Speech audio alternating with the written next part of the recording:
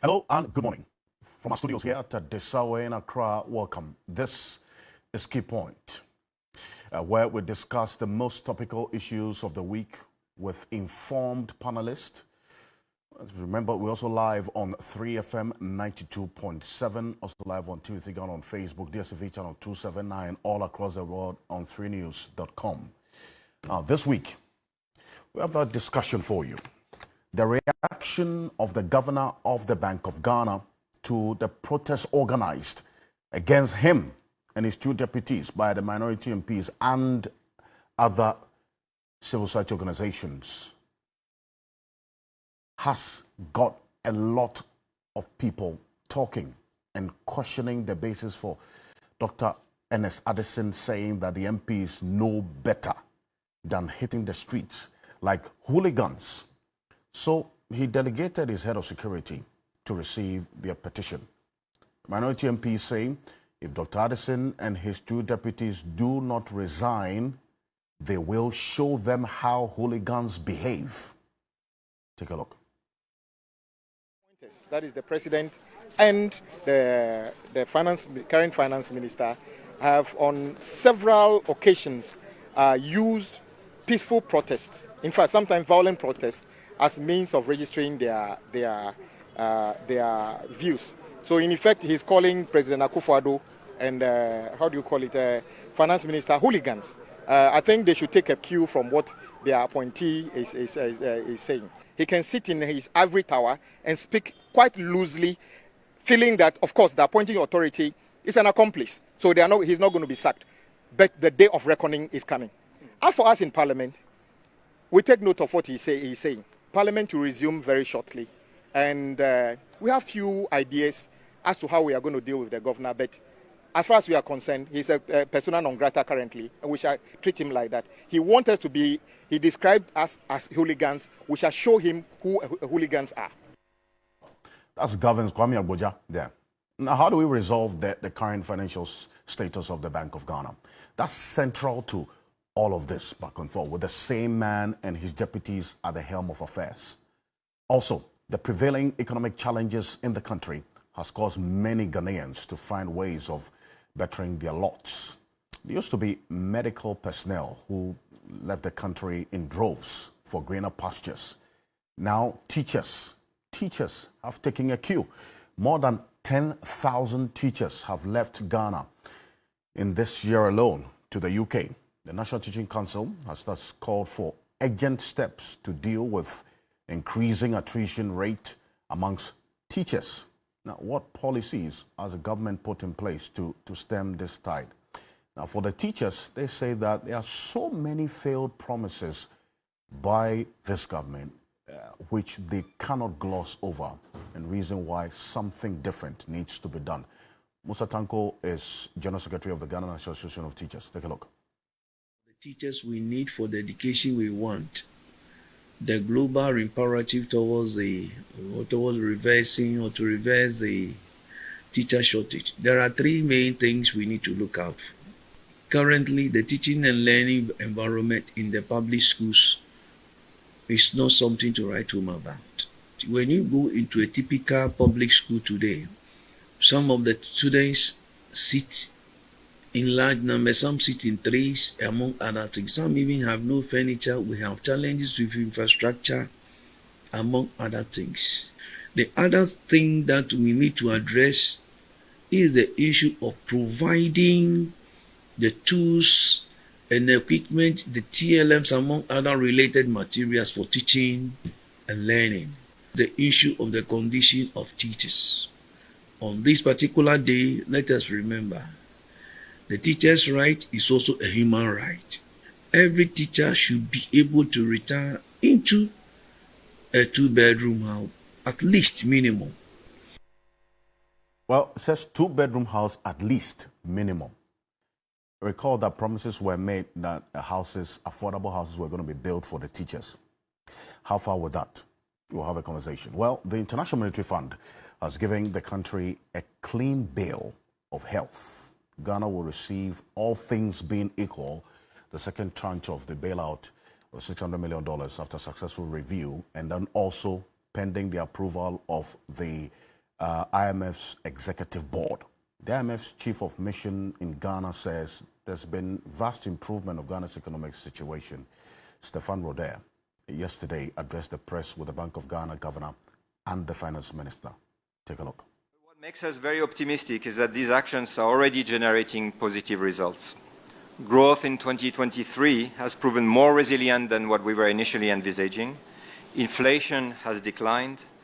The fiscal and external positions have improved. International reserves are increasing again, and exchange rate volatility has significantly reduced.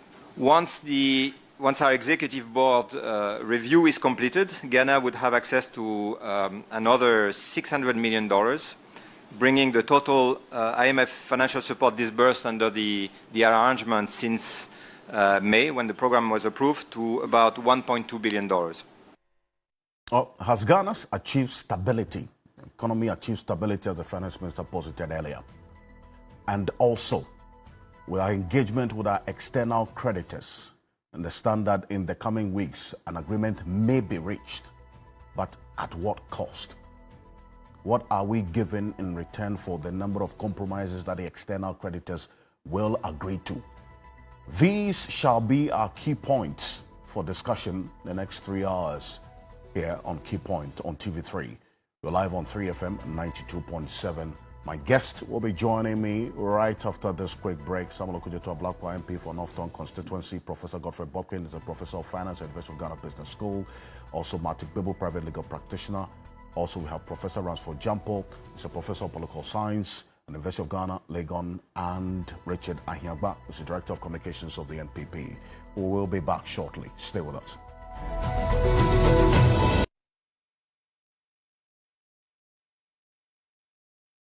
Emirates Premium Economy. One day, all airlines will have seats like this. Fly Emirates, fly better.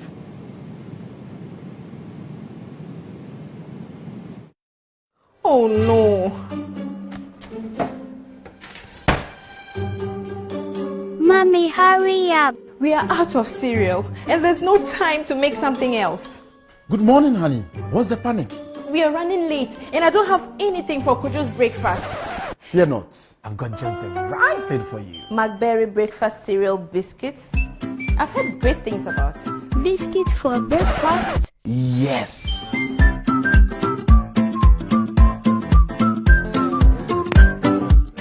McBerry breakfast cereal biscuits are made with goodness of cereals and milk for a good start to your day. Wow, Mom, this is delicious. Oh, Mom, can we have this every day? Yeah, that's a good idea. Why not? So let's hurry.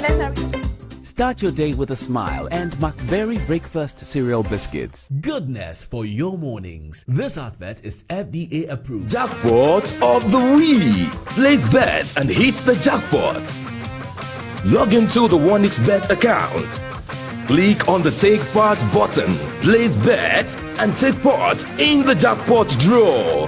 Give your luck a chance. Use promo code to get a bonus on your first deposit. This advertisement has been vetted and approved by the Gaming Commission of Ghana. Bet responsibly, not for persons below 18 years. Gambling can be addictive.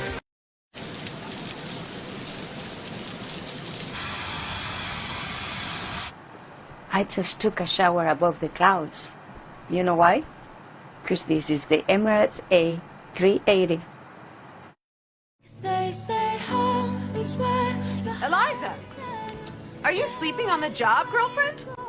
I was dreaming. I woke up to this nightmare. Alyssa, an 18-year-old, runs away from home to escape the abuse and harassments of her stepfather. Come any closer and I will cut you.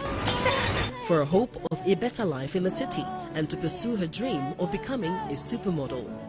Hold on, wait a second. You're very pretty. She soon finds out that achieving her dream will be a lot harder than she ever imagined.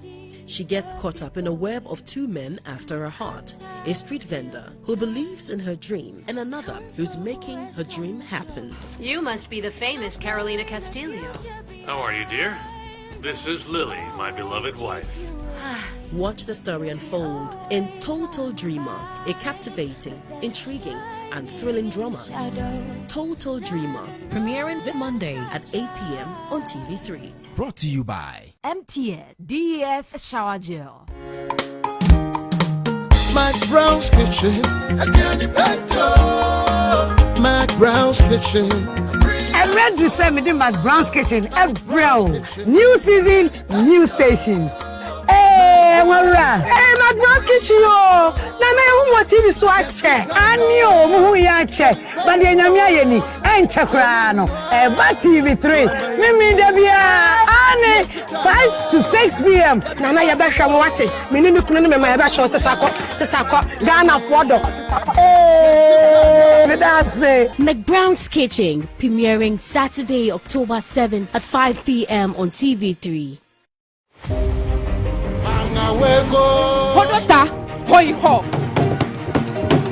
The past 12 weeks of this year's Ghana's Most Beautiful competition, contestants have been on a journey of sheer determination, showcasing great talent and the rich culture of our beautiful nation on the Ghana's Most Beautiful stage.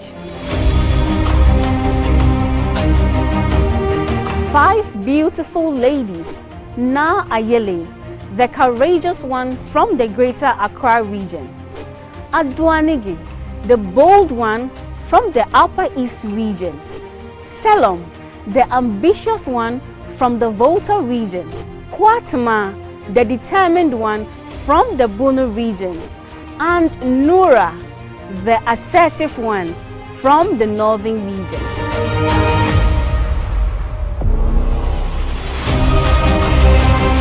Come 8th of October at the National Theatre, dreams will be realized, and one of these exceptional ladies will be crowned Ghana's Most Beautiful 2023.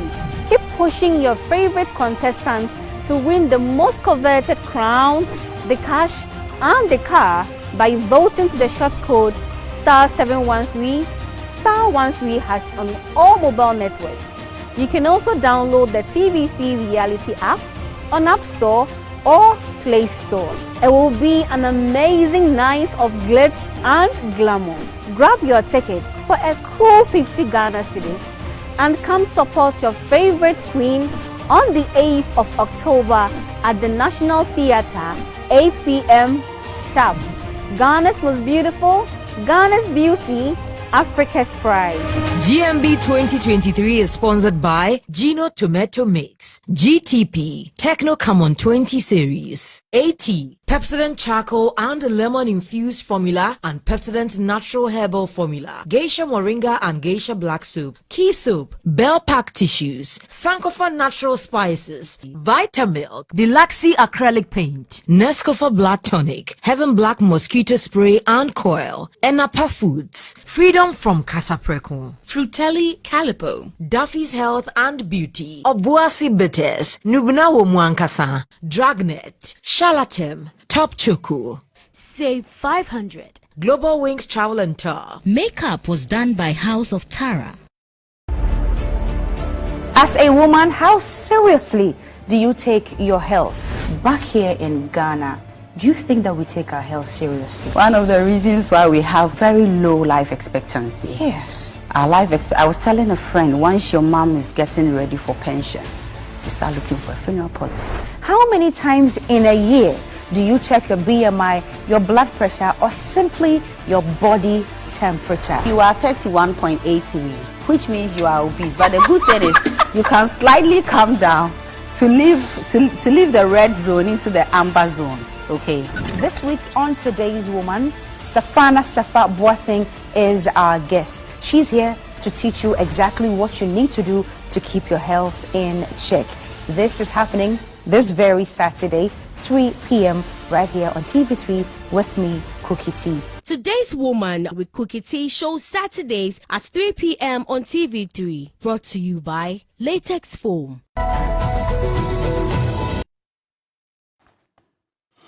Welcome back to Key Point here on TV3. We're live on 3FM 92.7, also live on TV3 Ghana on Facebook, DSTV channel 279, all across the world on 3news.com.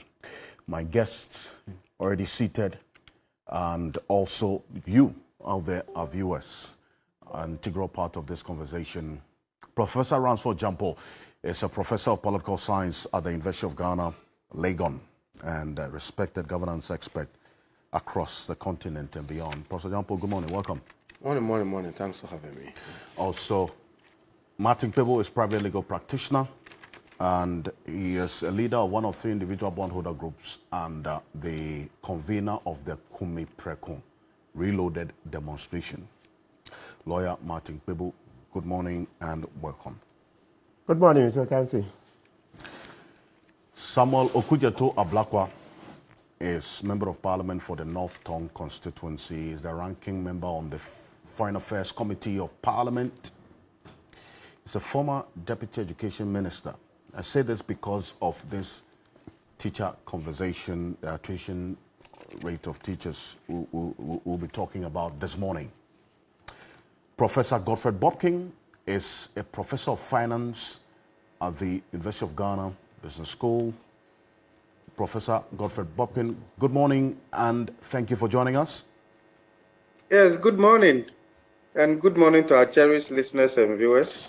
And good morning to my bosses. Great. Samuel Okujeto Ablakwa is seated now. So, good morning to you. Hi, good morning, Alfred. Yes, welcome.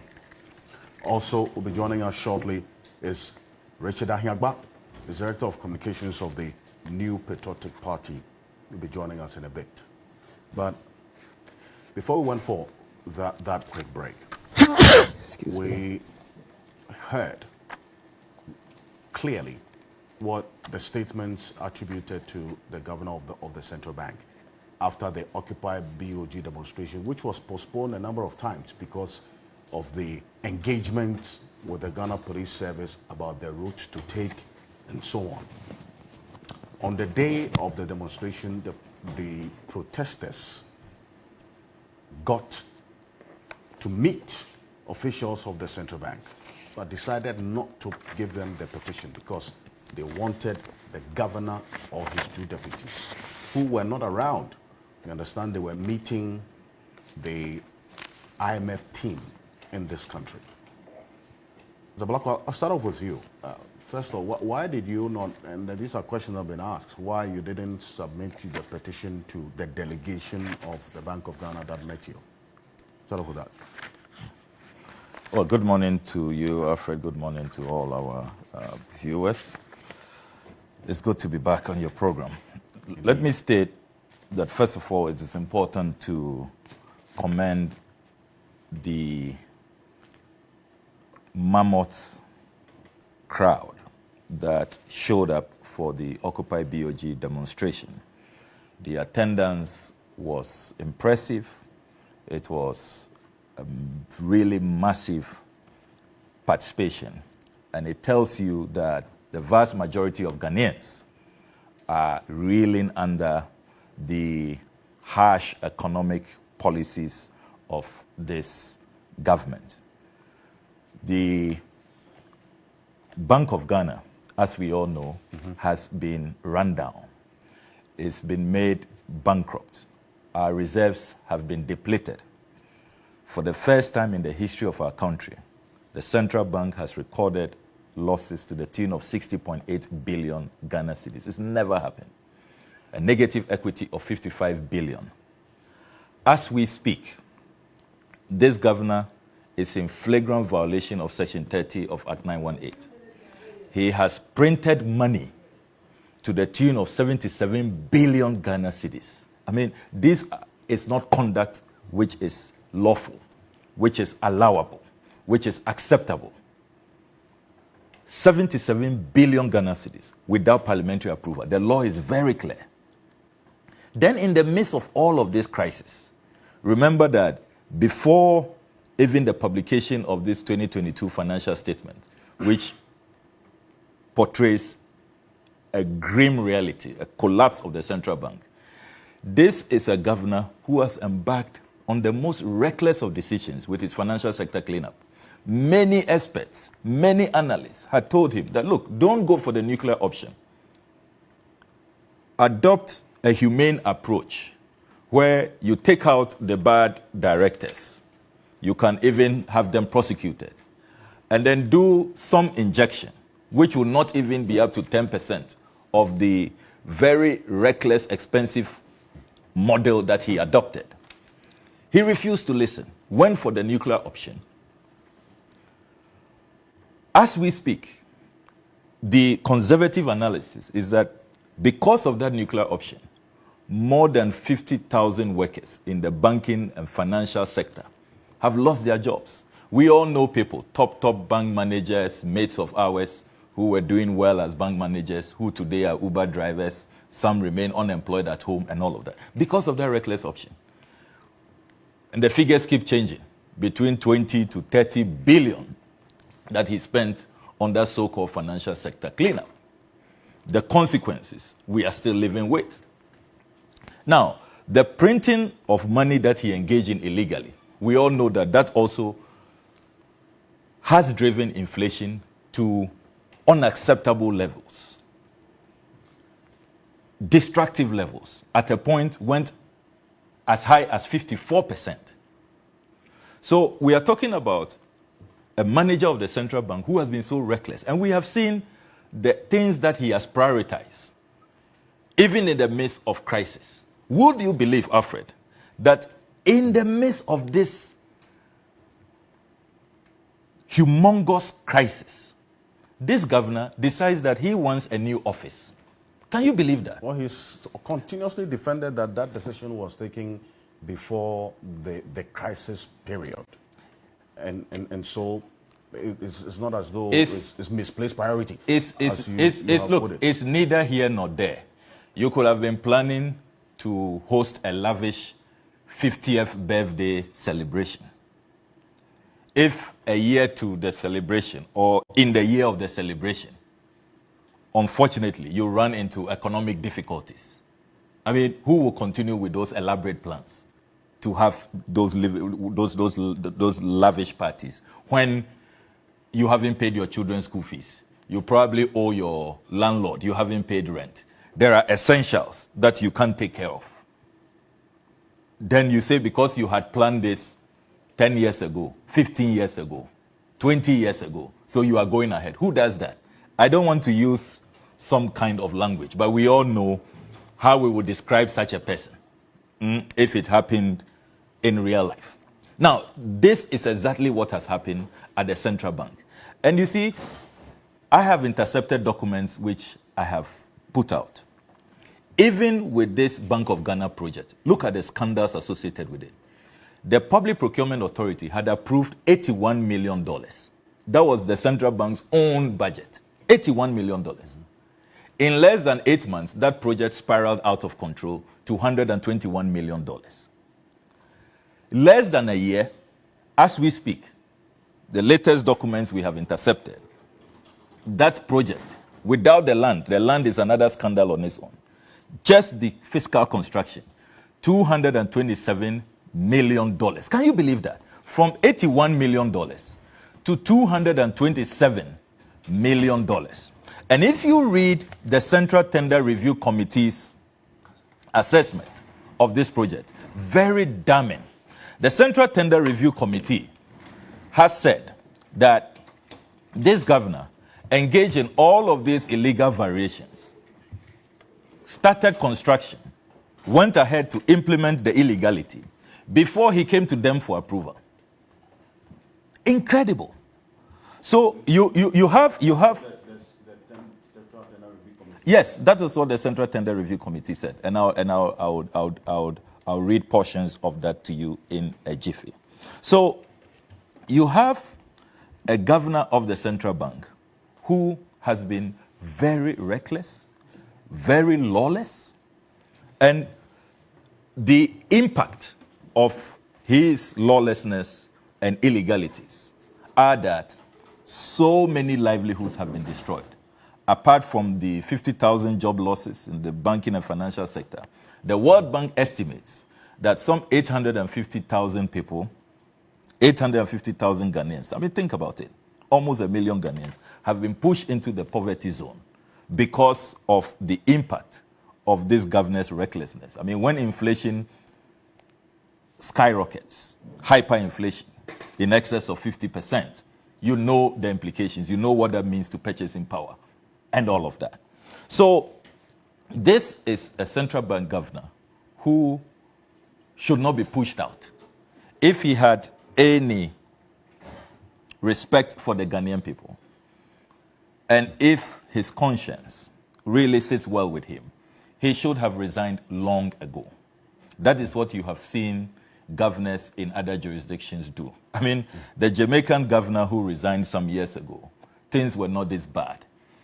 Say same for the Greece governor. It's just that in this part of the world, people don't man up, they don't take responsibility, and they always try to pass the buck and disrespect the masses and the people who are their employers. So let me come to the demonstration. Now, we had served notice many weeks ago. Remember all the attempts to frustrate us, and I must commend the demonstrators for being so peaceful. If you read some of the reasons that the police cited in court, very ridiculous reasons, that the demonstration will be violent, it potentially can lead to a coup, all kinds of ridiculous things, and that the court should stop us from embarking on that demonstration. I'm glad that That's what the police said in court? Yes, in court, if you read their sworn affidavit. Now, the Ghanaian people have shown that, look, if there are any group of people we should rather be concerned about, we should be worried about, it is the few in leadership who are running down this country, who are engaged in levels of looting unseen before in our country's history. So I am glad that the demonstration passed off very peacefully. Everybody was well behaved. No properties were destroyed, and it was incident free.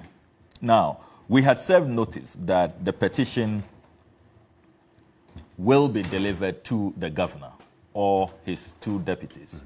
So certainly, you can understand why we refuse to present the petition, especially as we already had planned that this demonstration will be a series of demonstrations, because we know that when you have a governor who is determined to cling on to power. Remember, we gave him 21 days to resign. He flatly refused. He's still at post. So it's going to take quite some effort and a really big push to oust him. So we said that we will not present the petition. We'll hand it over to the persons he sent. Our leader, the Honorable Atufosin, spoke on our behalf very clearly that we will be back and that we expect that he will take the Ghanaian people seriously. It is the Ghanaian people he is serving, not some foreigners or some IMF or some external body. Okay, so his obligation is to the Ghanaian people. So even prior to the day of the demonstration, you had already planned that this was going to be a series of protests. So even if the governor has showed up or if any of his two deputies has showed up and received your petition, you would have still organized a few more demonstrations? Yes, definitely. If after receiving the petition a number of days we notice they are still at post, we will have returned to the central bank. Because that's why we tagged the whole protest Occupy Bank of Ghana. So we are determined to occupy the central bank until this governor leaves. Look, let's not downplay the impact of this man's bad decisions, terrible policies, and of course, working in cahoots with the finance minister, the vice president, who is the chair of the so-called solid economic management team. These days, you don't hear them talk about solid team any longer. I don't know if it's become a liquefied team, So these people have destroyed lives. They've destroyed livelihoods. You have senior citizens of our country who can't even have access to their life savings. Can you believe that? The last time you saw how, for more than 10 days, senior citizens who should be enjoying their retirement peacefully had to picket the finance ministry I'm glad that our brother Martin Kpebu is here, who speaks for one of the groups. He will tell you their ordeals. Look, some people have died. Some people are hospitalized just because they can't have access to medication. These people have lived a very decent, responsible life. They have saved. They believe that as for government securities, it is virtually risk-free. That's the best place to save your money, to invest your money. And then money that they have worked for, they can't have access to it. For the first time in our country's history, we are hearing about debt restructure, financial haircuts. Meanwhile, the people who are imposing these decisions, have you gone through the Bank of Ghana's financial statement? His expenditure pattern? $2 million on gold watches at the time people were in crisis. Can you believe that? Travels were more than 200% higher than the previous year. In a crisis year. In a crisis year. Can you believe that? He spends over 70 million cedis on travels. Have you seen how much was spent on vehicle maintenance? 131 million, more than 280%. Said they have a large fleet. Look, 131 million Ghana cedis can buy you a fleet of new vehicles. That is what they spend on just maintenance. Have you seen communication? $2 million on gold. Gold, yes. Oh, you didn't read the financial statement. It's actually the watches. Yes, gold watches, $2 million. Can you believe that? That they bought for themselves. Banking? Good question. What has that got to do with banking? $2 million. It's all there. 131 million cedis on car maintenance. 30 million on communications. You remember when we asked for a breakdown, they said, oh, they even tried to rob in journalists, that when they engage journalists, 30 million cedis. A lot of journalists have been speaking of that, hey, please, leave us out. 30 million. And then now they have added that they also bought some software for their computers, and they changed computers to laptops, and all kinds of cock and bull stories. Look, the auditors, if you read page 86 of the financial statement, the auditors, Deloitte, criticized the central bank for hiding their capital expenditure. And you know how much they discovered? 711 million Ghana cedis is what they had spent on reckless capital expenditure in a crisis year, which include payments for the head office and then regional offices. Do you know they have remodeled their regional offices? Building new regional offices at this time in a crisis period. So don't even fall for this falsehood that they started these projects in good times. It is not true. I have put out the EI, which was used to compulsorily acquire that land, which they should not have gone near anyway. That is land under litigation. That is land somebody has used for a loan. Very soon, they are in court. Very soon, we would have to pay the cost of the land. The previously owned SIC. Yes, which somebody had used for a loan from Ivory Finance, and all those parties are in court.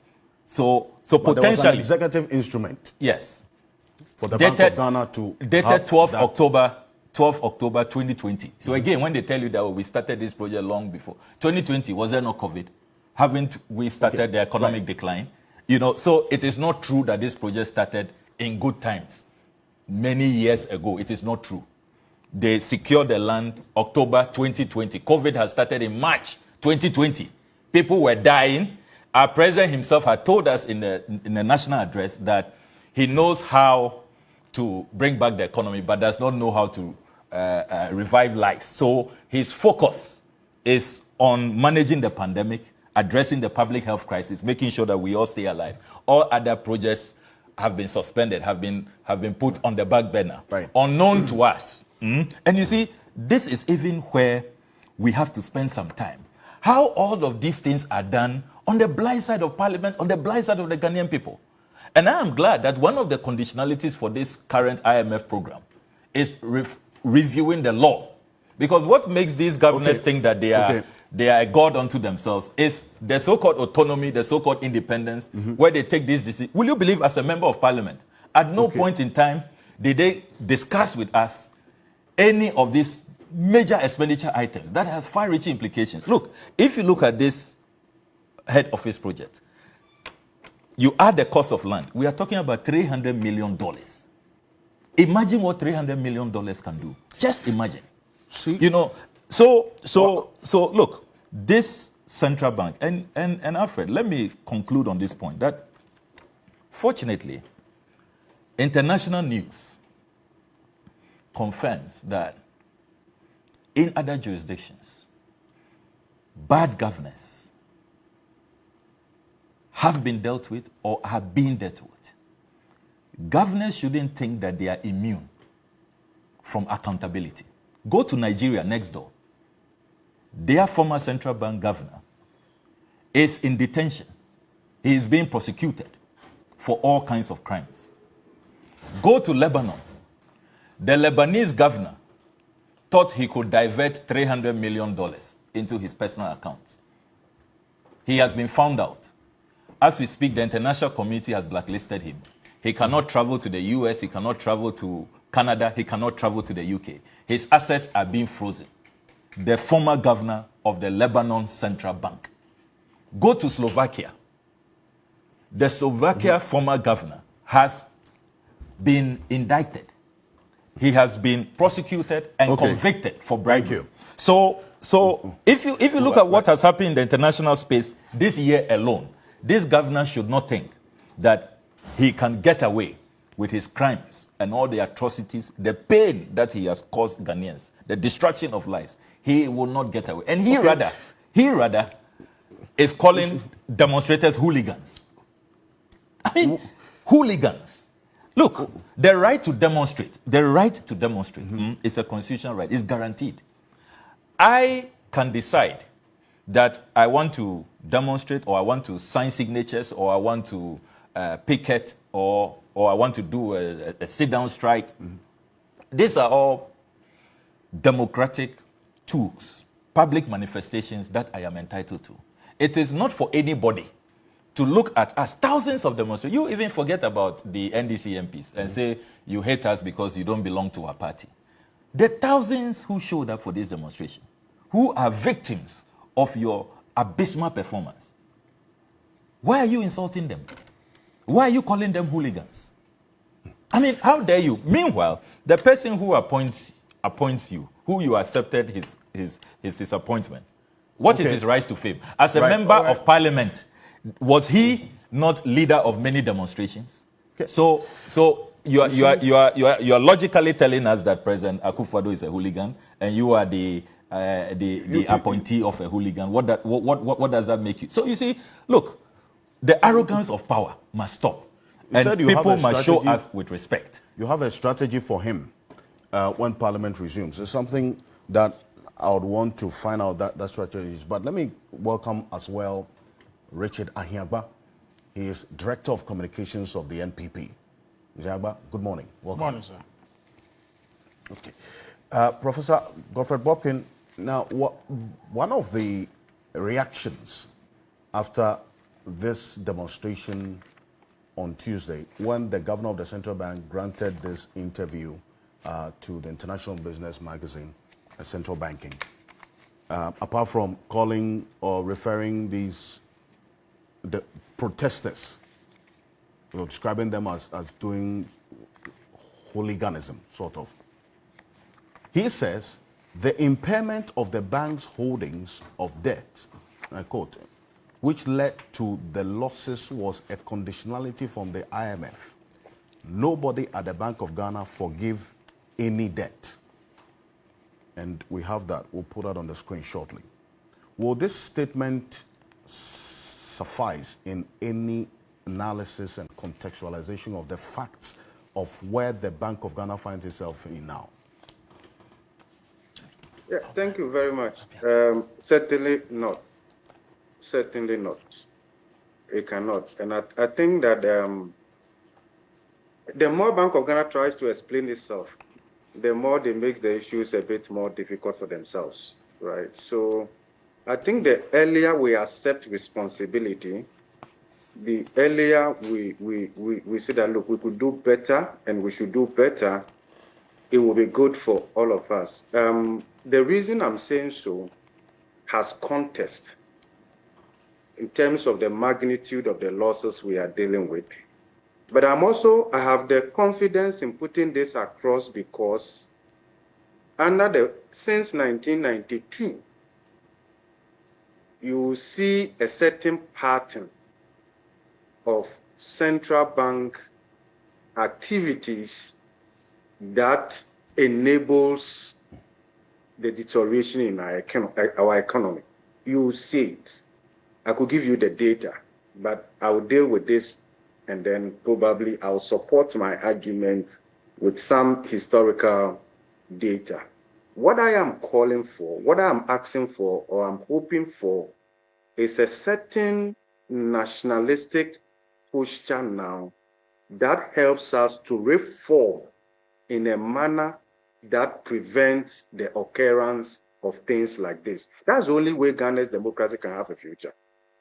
Because when it comes to net claims against the government or deficit financing, you see it across the two main political parties. It's very persistent. Okay, it's very persistent. If you look at the data from 2008, in fact, actually, since Ghana started inflation targeting, unofficially March 2002, and then officially 2007, one key condition for the effectiveness of inflation targeting as a monetary policy framework is fiscal discipline. It's fiscal discipline. If you deny the central bank fiscal discipline, there is no way they can deploy monetary policy effectively to bring down inflation and engineer growth. Since 2002, March 2002, when we started inflation targeting, you see this pattern of deficit financing. In between 2008 and 2012, 2013, if you look at the level of deficit financing, essentially equivalent to money printing, it went up by more than 650%.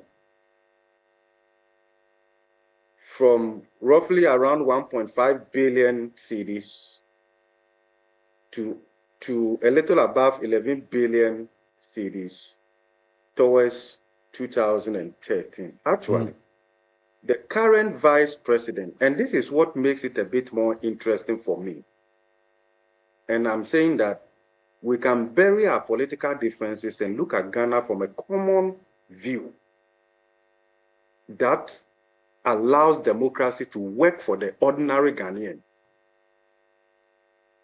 Our current vice president, when he was in opposition, gave a presentation on restoring the value of the city. We couldn't have gotten it better than that. In that presentation, our vice president was very clear. The implications of the deficit financing. At that time, the Bank of Ghana Act stipulated a deficit financing of 10% of government's previous year's fiscal revenue, total revenue. According to the data that the vice president then put forward, the deficit financing was in excess of about 45% in 2013, about 36% in 2013, and then 45% in 2012. Now, when we went to the Senchi consensus in 2014, right, one of the things that was identified was the deficit financing, because it's very clear. Once you do the monetization of the deficit, and currently we're also talking about monetization of the public debt, the unexpected inflationary pressures will no longer be unexpected. Okay. Now, in this current regime, unfortunately, and my considered view is that with the level of expertise and knowledge and understanding of our economy and the role the central bank has played, one would have expected that this current government would do far better. But it's actually been made worse. It's been made worse. So now look at it this way. In the wisdom of Parliament, given that the excessive financing of the deficit poses threats to the economy as a whole, Parliament puts in a clause, a limit to how far the central bank can go. Then it was 10%. The 16th IMF supported program that kicked in from April 3rd, 2015 to April 2019 clearly identified the fiscal dominance of monetary policy. It's the same thing, it's just terminology we are changing. The fiscal dominance of monetary policy was one of the key drivers of the macroeconomic instability. What was the IMF's response? Zero financing of the deficit. So yes. One of the program objectives of that IMF supported program was elimination of the fiscal dominance of monetary policy. I'm saying this so that we understand that as a country, we don't learn. We don't learn the lessons. The abuse only gets worse and worse and worse. Ghana has no future if we continue like this. So we did that. We came to the IMF implemented the zero financing. And in fact, it was one of the effective means of dragging down inflation. You eliminate the fiscal dominance of monetary policy, you curtail the deficit financing, you begin to see that inflation will head downwards. It's quite consistent with the theory. And here is validated by practice. Okay. Then in amending the Bank of Ghana Act, Parliament considered that, and we agreed with them, that as a country, we cannot do without some level of deficit financing from the central bank. Mm-hmm. We cannot. Because as a central bank, at some point, they also embrace a certain developmental posture. It's good. So we cannot keep to zero financing consistently. And from that perspective, we disagree with the IMF that zero financing is the way out. But it's a temporary measure. Yes, we can accommodate that. So Parliament reduced the deficit financing from 10% to 5%. So under the current regime, it's 5%. Now, look at the interesting thing. We understand shocks.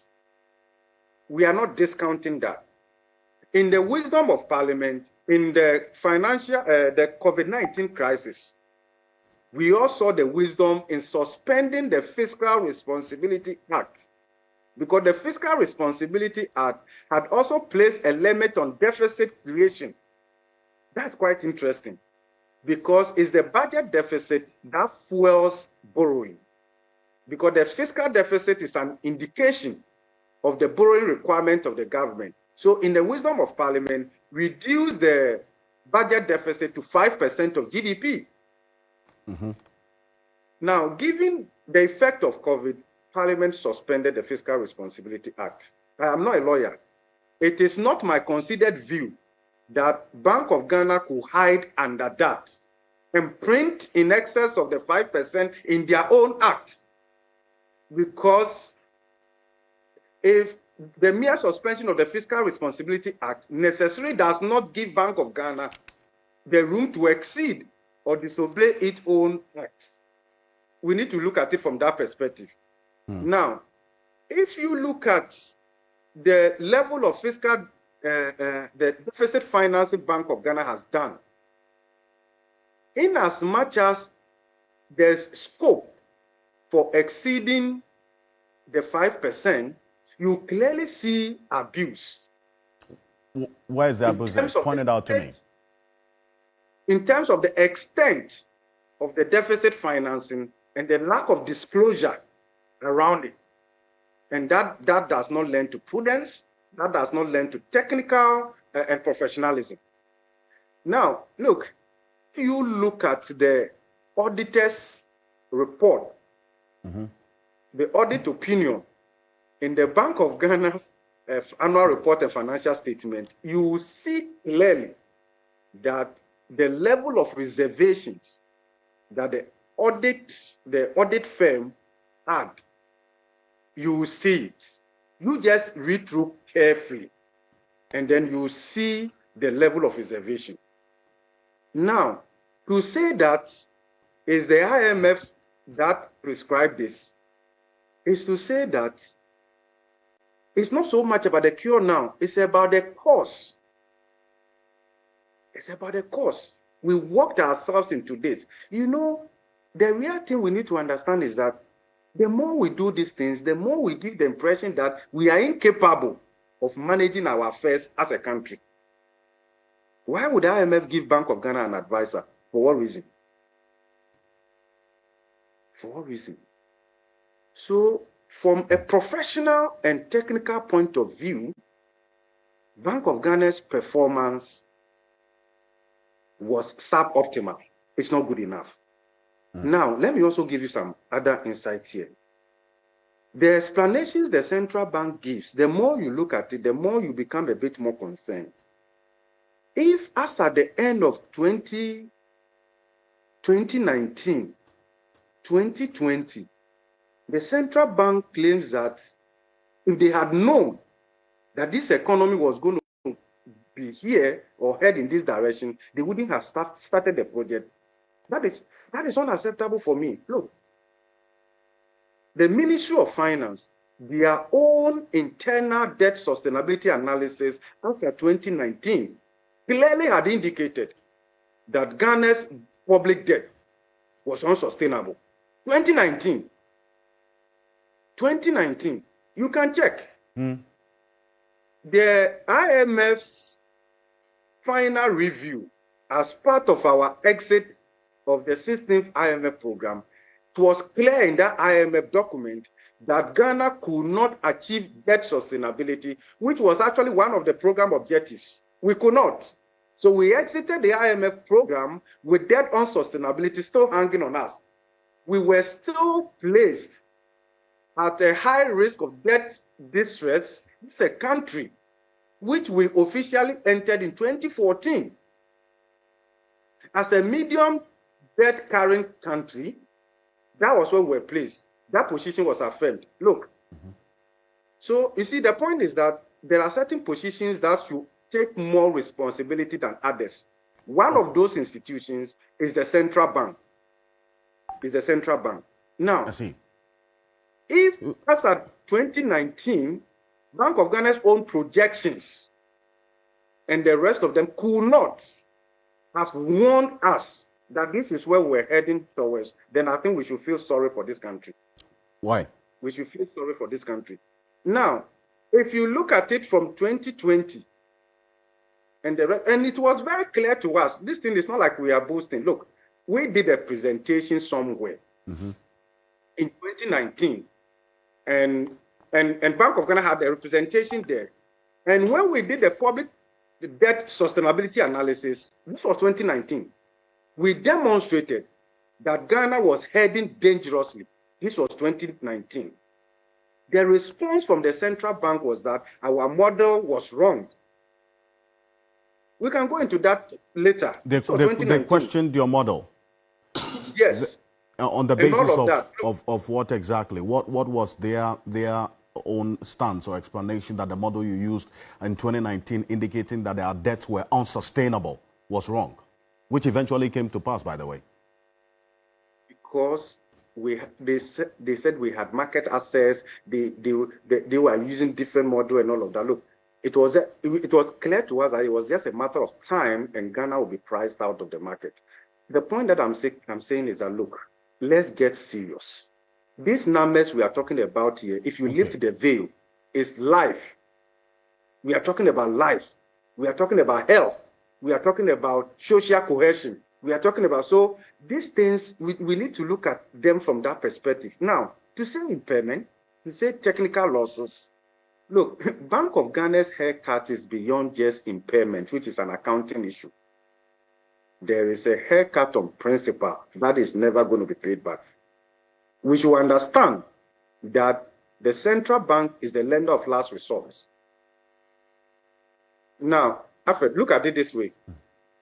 In this current debt crisis, it's not only Ghana. Other countries are also walking into it quite fast now, right? The IMF and the World Bank and the multilateral institutions have come together to say that their debt is not open for restructuring in accordance with best practices.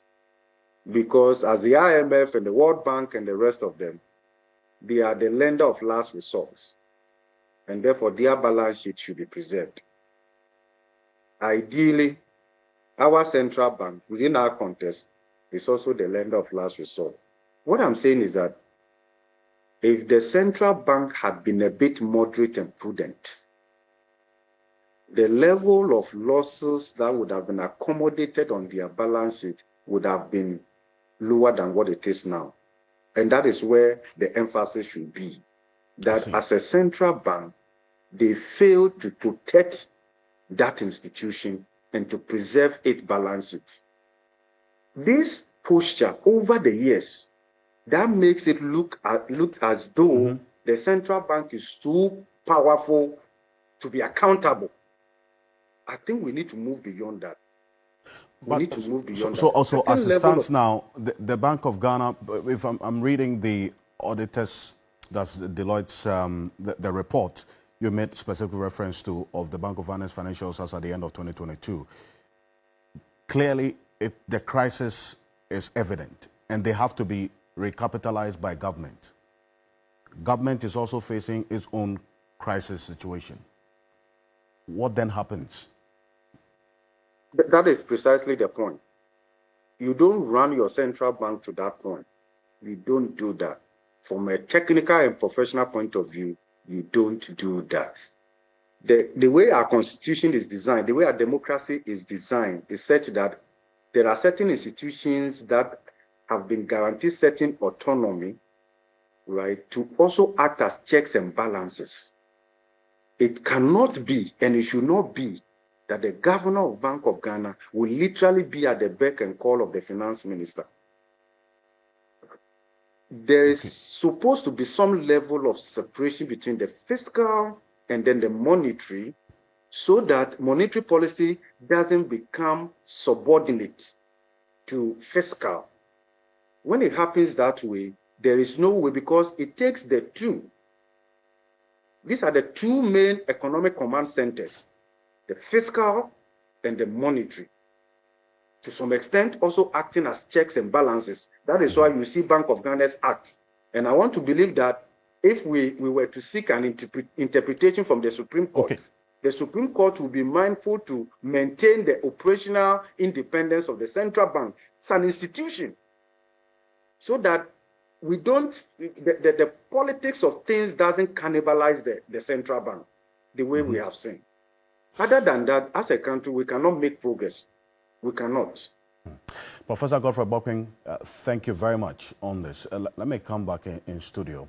And Mr. Yagba, having listened to this analysis, and in fact, that was one of the fundamental reasons why the protesters were on the streets, by the way, that because of the decisions taken, which has resulted in the Bank of Ghana's current state of affairs, the governor, based on accountability, must go.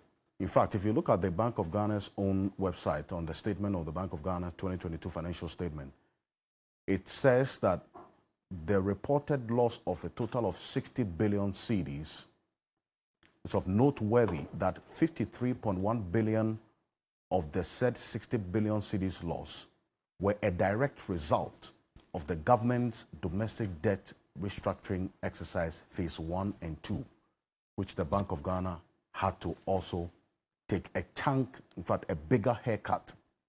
The concerns of the protesters, and by and large, we're talking about the Ghanaians who hit the streets, was that this has resulted in hardship. So there must be some sense of accountability. That should be of concern to you as well, is it not? Well, Alfred, thank you very much. And I want to say a very good morning to my senior colleagues here on the platform. There's a lot. I've been making a lot of notes, Alfred. Yes. I was in UK. I got back 2 days ago, I think, on my way. I was having a conversation with a group of people, and at the conference where I was, there was conversation about global economic situations. And Alfred, before I go to answering the question, I want to just lament a situation that I guess as a country we need to probably take a second look at, is the way we frame our conversations in the media or our political debates. Elsewhere, the conversation that are being had about national development and issues that are rising out of the global economic situation we're enduring is in the nature of what the solutions are that governments are proposing. So if you were in the UK where I was, the Prime Minister has a 5-point plan to deal with the issues that confront the country emanating from the challenges that came from COVID and the Russia-Ukraine war. And the debate in the country is about whether or not those 5-point plans that he has put forth, a typical one that we are debating here is to halve inflation, whether or not those proposals are working. That's the nature of the debate. But unfortunately, in our own country, the conversation is rather regressive. The conversation is not progressive. How exactly do you describe these conversations we're having as regressive? Well, I'm coming to that. Our conversation is not focused on the solution going forward. It is rather in the nature of denying the problem that has happened and therefore say that nothing has happened. We're just living in good time and somehow the economy is not being managed well. I have just showed you a contrast, and you're a journalist and you should pay attention to that. That if we are having a conversation and your primary interest should be about your viewers, to say that I want to bring a certain conversation to my viewers who are voters in the end, to make a decision based on policy, based on capacity of one party or the other to govern Ghana appropriately. And so in that context, I will guide the conversation on the issue, not just an incitement and blame conversation, which is the balance of what we have here. And you have a difficulty to guide that conversation because if you have an NDC who has no alternative to offer, okay, and you have a general population who has been thrown into it, so please, I would appreciate if you can just quit the smiling whilst I present myself. I beg you, with respect. So, Ms. Anwa, even before you proceed, with respect, yes. I think it's discourteous when he continues to do that. So, I want to be very clear about that. That established. There's nothing right about that. I beg you. Okay, I just want to. Hold on. No. I mean, it's intentional, and I beg you. See, okay, I beg you. Let's not get. Now, I think that as you have made this point about how you think that this conversation should go, I also, because you made reference to me paying attention to that, I also want to put it on record that we also decide what exactly the end objective of this conversation should be. That's okay. And that is in the interest of the Ghanaian people. Very well. You would disagree with how the conversation goes. But the point Alfred, is, I'm not with respect, I think I just wanted to put it on record well. that however the conversation is structured, it is in the interest of the Ghanaian people. Yes, divergent views and opinions. But then again, you cannot, with all due respect, question how I direct this conversation. That's okay. So it's okay. That's common knowledge. But what I'm telling you is that I'm giving you context. We must understand where we are coming from. It's okay. Before we even know how we're going to get to the solution. I don't know where you're coming from. I don't know where you're coming from. Hold on. I don't know where you're coming from. You have invited me, so allow me to speak, okay? I don't know where you're coming from because the objective of journalism, one, is to bear testimony to the fact. Okay? So and you- to hold on, what hold is on, the obviously, fact? hold on one What's the second, fact? please. Okay. Please hold on 1 second. Okay. I appreciate the quiet so I can do my presentation. I beg you. To bear testimony to the fact, and also to hold authority to account. But then you have to frame the conversation in ways that tease out the facts. And I just told you the context in the global situation. We're always learning and growing. And I think that when you have as your practice, you will defer and learn from best practices. What I'm telling elsewhere. you is that Alfred, this country, I beg you. with all due respect, I think you keep questioning I'm not how questioning you. I'm only telling do you, my Alfred, job. just hold on. Just hold on. If you Please. question how I do am my not job, questioning. I am will only not telling allow you to continuously So you don't want me that. to speak No, anymore? No, not at all. Okay. So What I'm saying then is, stop interrupting me. All I'm doing, Alfred, is to show you how it's done elsewhere and how we are doing it. And let me conclude. I haven't even concluded anything. I'm only telling you what is done elsewhere, which is that they are focused on how we are moving on as a government. What is the government proposition to solve the problem? That has happened to the global economy, the war, and the COVID-19. Now, they are focused on the solution. But here, we are focused on denying that that has happened. And I'm saying that, take a look at that and see if that works for you. Because ultimately, what your commitment should be is to your viewers to say that, am I presenting a balanced conversation to them so they are making a decision? I am not making a judgment call on what you're doing. It's not a value judgment I'm making. I'm only telling you that there's one perspective out there which I find to be progressive, and there's another which is what we're doing. And I think that we should, learn and improve. And anything to say that grow and learn and improve, suggesting to us that we cannot be stagnant, I don't think that is a criticism. Let me also it's an suggest to you, option that I'm giving you. By the way, let me move on. You Let have me made move that on to point, my and point. I'll give you all the time to move on. Very well. If you make reference to the UK, there's a publication specifically on the BBC on the 16th of August 2023. Did you know that there was a demonstration in the UK as well about the state of the economy? I'm coming. I'll come to that. I'm not mentioning and you that. see, Yeah. well, you can't pick and choose. No. If you're making reference to what's happening on the other side. Now, do you also know that as early as 2 days ago, there was a conversation about how the UK's economy got to this point, even before talking about the 5-point objectives that this government or the UK government wants to put across? We must understand what got us to this point. Yeah. That is also a matter of conversation of importance for the Ghanaian people to know exactly why we got here. And then we can interrogate what is being done. If you listen to the two persons who have spoken... I don't get it. Once you give me a chance, let me speak. You can come in after, because you have made your point. You cannot create a situation where anytime an MPP person is speaking, then you take this posture. I'm going to allow you... allow me. I'm going to allow you to speak. This stopping... I'm going to allow you to speak. Please, I'm allow only me. stating specifically what you make reference to. I just made... Alfred, you cannot say that you are the fountain of wisdom, and so therefore in journalism you have no space for advice. I'm only telling you that what I observe is useful. Can you just observe it? I'm not telling you you have or you don't have that knowledge. I'm just saying that there's a perspective. Let's learn from that period. I'm not criticizing you or anything. Okay? Demonstrations are there, but the point is that we are stuck in a conversation that is going nowhere. People denying vehemently, and the media is ceding to that position to say that we got here by somebody's mismanagement, which is not factual. The position is going forward.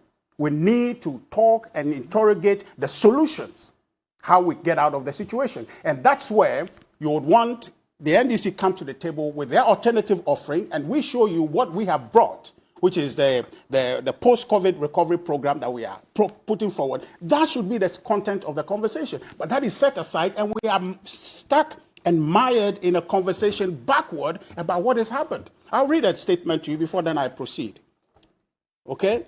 It's an IMF document, and I'll give it to you, and this was published in July 2022 regarding the global economic situation and what has happened. And maybe when I give it to you, you can read it for all of us to hear, but I just read a portion that I think is significant for your viewers. And it describes the global situation that we're in.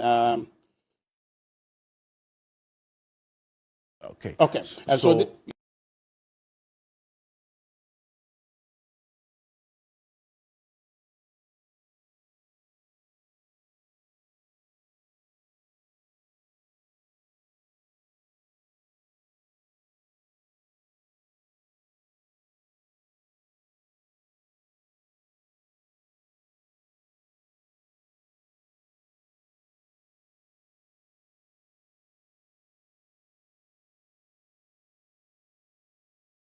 Yeah. While you do that, a quick Yeah. original question. In your copy so you can read it. It says, description. The war in Ukraine has triggered a costly humanitarian crisis that demand a peaceful resolution. At the same time, economic damage from the conflict will contribute to a significant slowdown in global growth in 2022 and add to inflation. Fuel and food prices have increased rapidly, hitting vulnerable population in low-income countries hardest. You just heard my good brother refer to people being launched into poverty in this country. These are the facts. Global growth is projected to slow down from an estimated 6.1% in 2001 to 3.6% in 2022 and 2023. This is 0.8 and 0.2 percentage points lower than for 2022 and 2023 projected earlier in January. Beyond 2023, global growth is forecasted to decline. We're in 2023. Growth is forecasted to decline about 3.3% over the medium term. War-induced commodity prices and broadening price pressures have led to 2022 inflation projection of 5.7% in advanced economies and 8.7% in emerging market and developing economies. That is a slowdown, an increase of 1.8 and 2.8 percentage points higher than projected last January. Okay. So the point I'm trying to make to you is that we are in a situation. That situation has brought about a global difficulty. Now, the problem is, one, accepting the challenge. Once you accept the challenge, then you are looking at how we are getting out of the situation. And that, for me, is the conversation we have, and which was the point I was making to you. I made specific reference to what the Bank of Ghana itself, the Bank I of Ghana will answer the question. indicated. When you get to the point you are getting to, you fall prey of what a proverb the account people have and say, you understand? You are getting to a point where you are trying to deal with other issues apart from the causal issues. We want to deal with the causes of the matter. The cause of the matter must be dealt with. Otherwise, there was no need to even deal with the situation to begin with. If the situation was not brought about, you will not be needing the remedies that you are trying to look for. So you're talking about what led to the domestic debt exchange program? Sorry? What led to the DDEP? The DDEP is not in isolation because, let me just answer for you. See, and this is why, Alfred, we need to contextualize the conversation properly. Because what is the context? Yes, I'll give it to you. So this government took over in 2017, January 7th, took over a declining economy. That year, at the end of that fiscal year, the economy grew by 8.2%. Subsequent to that, the economy grew in 2019 by 6.2%. 6.5% again in 2019. Average 7% in 3 years. Then there's a disruption in 2020. Then the economy didn't grow, and it grew very about 0.4% in 2020. Compared to the 3 years, you are able to then explain the 2020 performance in terms of what happened. 2020 performance of what? Of the economy. No. Okay? And alongside, all the macroeconomic indicators were aligned before that. Inflation of a single digit at the time. Okay? So if you don't take that journey and you just arrive here to say that why should the Bank of Ghana do A, B, C, D, you will not be having an honest conversation. So the storyline must follow. The narrative must be clear. So why we are here, why the country we are here, is one, because of the disruption of COVID-19, which we refuse, some people in this country refuse to accept. And that, for me, is misinformation to the public to say that COVID didn't impact our economy. Because I just read to you the actual information. I think that we should do the honest thing of educating the public, right? So do you I just read to you an IMF document that tells you about the global economic situation exacerbated by the war in Ukraine. So that is fact. Okay. I don't know if you did listen to Professor Godfrey Bokking. Yeah. You know that one of the reasons why we are at this point is our high debt to GDP. But you see... You know, I'm coming to... You know that, right? Correct? But the question, Alfred, is that you get to that point. You get... No, please. So you understand because that it's because... Alfred, you see, it is a convenient conversation to have, to say that it is debt to GDP ratio. And I'm asking you, what is the full story? I'm only telling... I made Professor reference here, to that. Professor Jampo is a researcher. He does analysis because your analysis must follow from a place. You cannot have analysis in a vacuum. So what is the basis for the high debt to GDP ratio that we're having? The sudden situation... Prior to COVID-19, yes, which hit the economy in 2020, as far back as 2019, our debt was prescribed as unsustainable. Yes, I heard Professor Bokpin, and I was coming to that. You see, so when Professor Bokpin said that the Bank of Ghana said their model was not correct, and therefore they had a different projection, and Alfred, I'm surprised why that would be lost on you. Because they were making this analysis in 2019. Is that not the case? So I'm making analysis in 2019. What has changed in 2020? What changed? What changed? COVID happened. What changed? COVID happened. And at the time they were modeling, that model did not take into account the exigencies. You see, the projection was not because we were going to get into the situation without COVID-19. In 2019, if you read their report, and I'll make it available to you, I'm sure you haven't I've read seen the it. report anyway, so don't worry Professor about it. Godfrey Bopping and the others' report, that indicated clearly that we were heading towards a particular direction. COVID-19 came to just exacerbate the situation. You made reference to the bank. Not exacerbate it. The IMF. It disrupted the path of growth. The IMF document that also talks about the Ghana situation, because you read an IMF document that prescribes the problem for the general global economy. Right. Here's what the IMF says about the Ghana situation. And I know you have a copy of that statement, that there were Alfred, I'll appreciate if you just let me just speak. I'm asking you a question. Everybody who spoke, I asked questions. I have a story. Maybe they said Alfred, there were inherent internal weaknesses already in the economy. Yeah. You acknowledge that. Alfred, just allow me, just like you have done everybody else. Allow me, just as you have allowed everybody else to speak. Maybe I'll answer your question in the process. Okay. When I finish, I don't think I've answered your question. You can raise it. So the point I am making to you, Alfred, is that we're having a conversation today about a Bank of Ghana that has come through a process that is external to it, a situation that had worsened its planning and policy positions. So it cannot be correct that in 2019 what the conversation was and the disagreement with Professor Bokpin and his group's presentation is something that to say today that the Bank of Ghana rather is wrong, because we know the environment has changed and has changed so drastically. And I just read to you evidence that is the change is not only in Ghana, the change is across board. And so the difficulties we have now, we must appreciate in context. And that's why I told you, because otherwise we'll be going back and forth like this if we are not discussing the solution. First, we have to accept the problem. And then people, a problem once understood is half solved.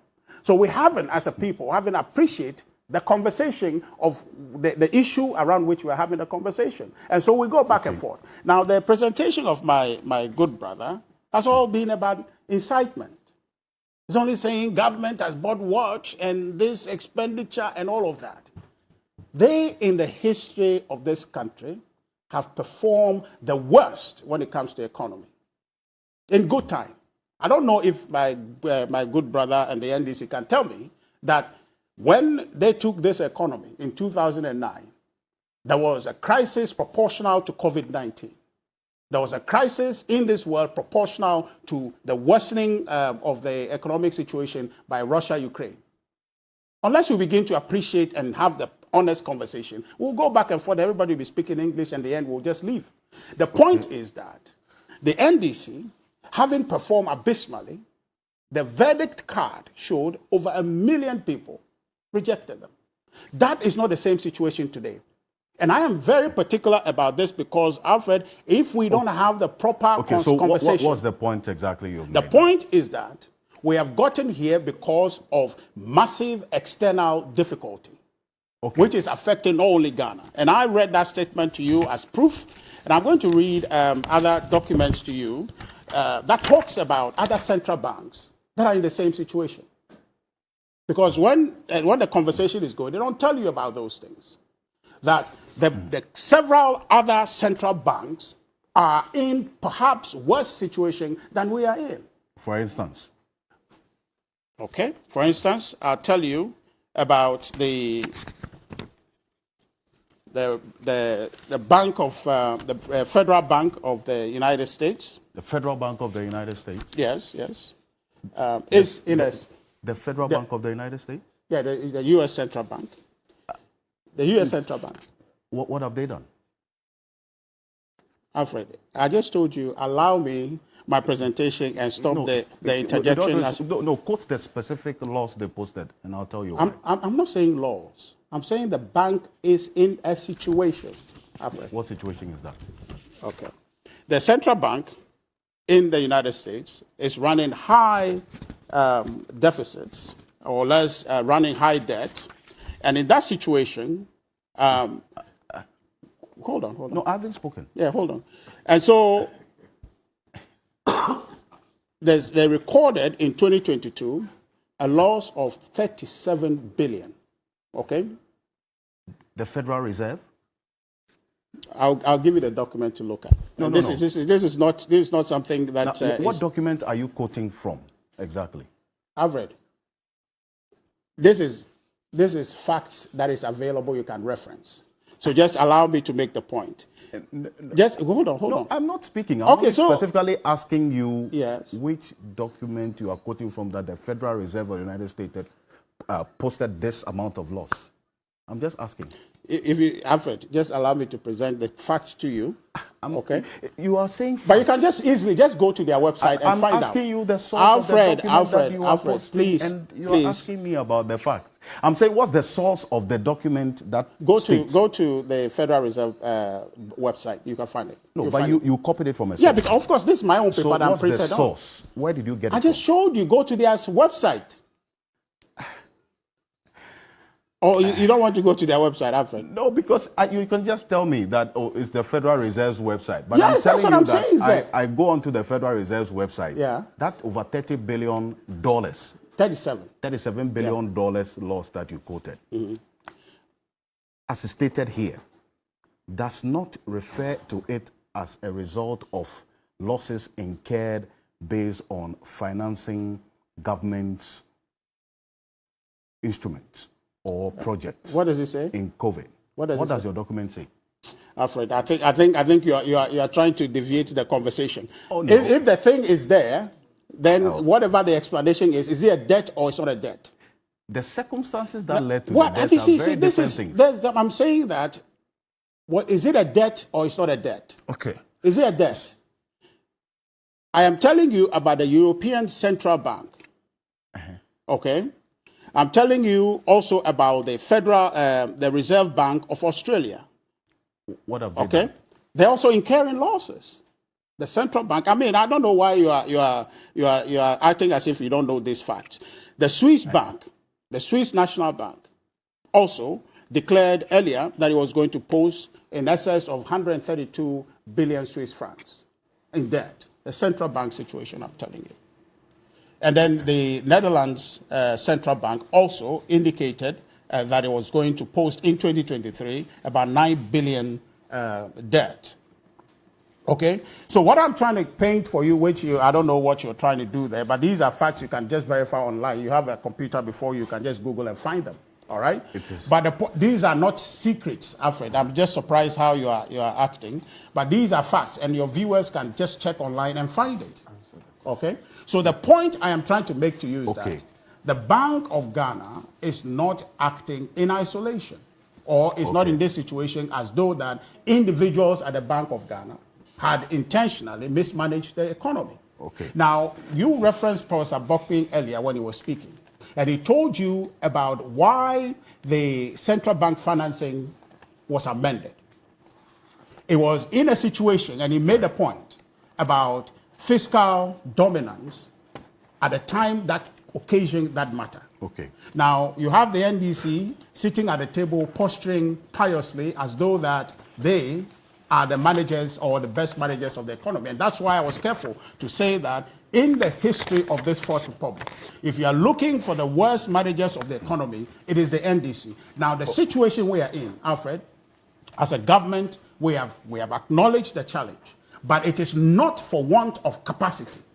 It is not for want of competence or for lack of competence that we are in this situation. It is because we as a people and as an economy, as the world, have been thrust into an economic situation that is difficult for everyone. Earlier you talked about the demonstration in the UK. When I went to the UK, I arrived on Sunday, the trains were on, the following day the trains were on strike. And for the period that I was there, the train riders were demonstrating to the point, even the Prime Minister, in his statement, had to acknowledge that those strikes are no longer about pay, but they are about politics. If you read his speech, you'll see that this is the situation that we're getting to. So in other words, the NDC demonstration, which for me is unfortunate and is pointless. Okay. Is pointless because it's not about the issues. It's about politics. And my pain, Alfred, right, and which is the basis for which I think that as a people we need to contextualize the conversation properly, is that we're almost creating a situation where NDC is taking undue advantage. Because one, they cannot demonstrate the situation we're in. They will have alternatives, or they could have managed it better because we know their record. Ghana would have been in a big mess if the NDC were in charge. Well, and so, thank you. No, please, Alfred, you interrupted me so much, so just allow me to make my point. And I think that, Alfred, please. I asked a question. Alfred, no, please. And you've... Alfred, just round it up for me. You have interrupted me so much. So round it up for me. Okay, very well. Yeah, I think you can do that. The point I am making to you is that the NDC is taking a certain posture. And the only way we can get this conversation, if our pursuit is to inform the public and not to misinform them. Because I want to let you know that the conversations we're having are leading to misinforming the public because the context is not fully defined.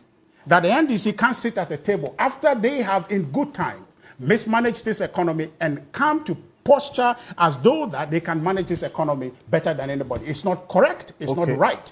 The situation with the Bank of Ghana, it is one that all of us, if we are minded to be objective, will come to understand that the circumstances were extraordinary and the decisions were made contingent upon the national interest. And I don't know anybody who can tell me that a country economy in crisis would expect its bank, a central bank, to sit aloof whilst a challenge persists and the economy distorts. All right. And that's why I gave you that proverb, the Akam proverb. So, you say obiwa, you are not mindful to say it's because you are in an extraordinary situation, the emergency situation that you are in, you are required to make all necessary decisions. That's why in COVID, Alfred, you and I got free water. You and I got free electricity. Do you know that we're paying for that? I'm saying that is why you have to listen to the content. Don't be too quick to just retort. No, I'm saying that, Alfred, I'm saying that in COVID, you and I got free water. Okay. In COVID, we got free electricity. At the time, you got it.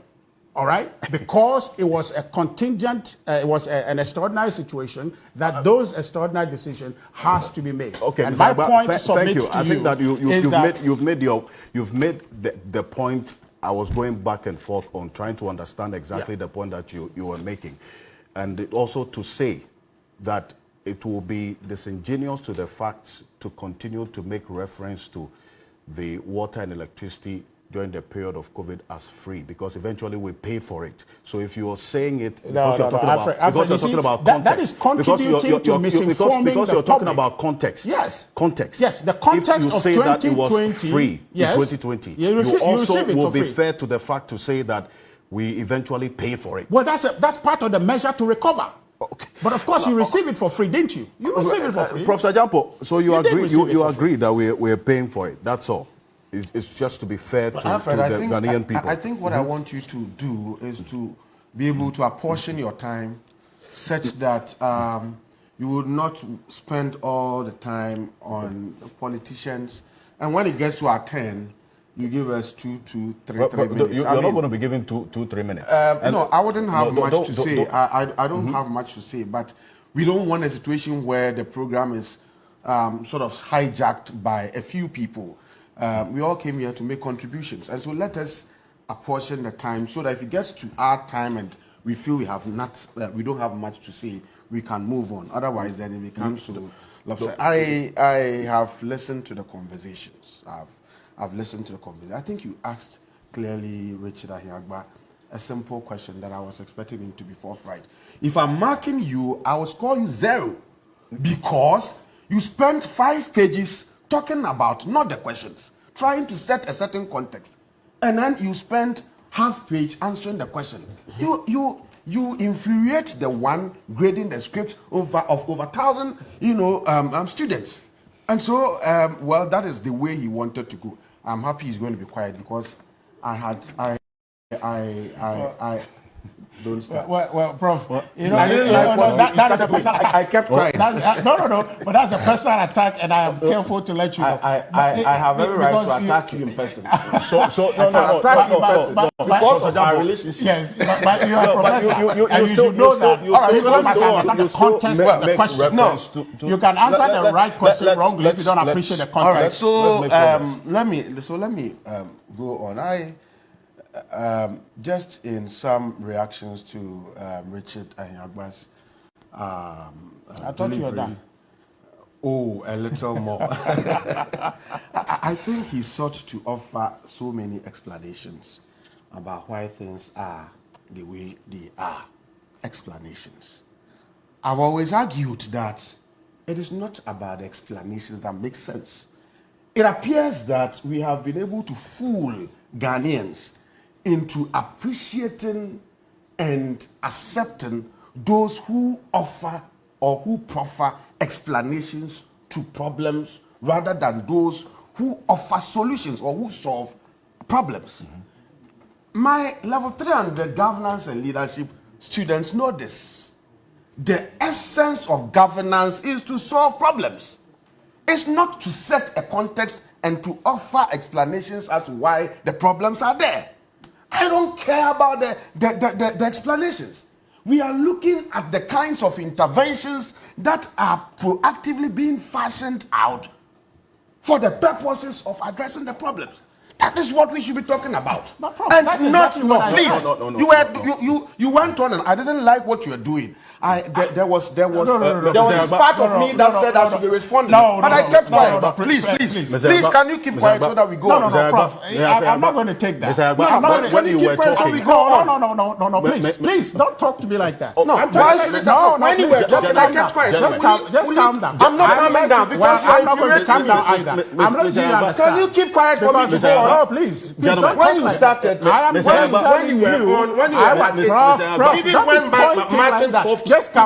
just calm down. I am telling you that you are saying that I was actually telling us to talk about the program and the solutions. And I didn't talk about the PCPEC. So I mentioned the PCPEC. No, Alfred, please, one second. When you were talking, Professor Jampo did not yes, because you are attacking me personally. I'm not attacking you. You are, please. And I don't like your tone about it. And I want to be very clear with you. The point is that I was proposing that we talk about the solutions. So don't be pretending as if I am explaining. I was saying that let's talk about the solution rather than be mired in describing the problems and denying that the problem exists. All right, so it is under this.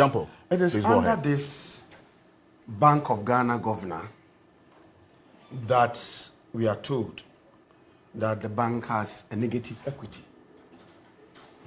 It is this Bank of Ghana that is currently insolvent, and they are trying to proffer their own explanations to insolvency, saying that technically the bank cannot be described as insolvent because it's a state entity, which doesn't make sense to me.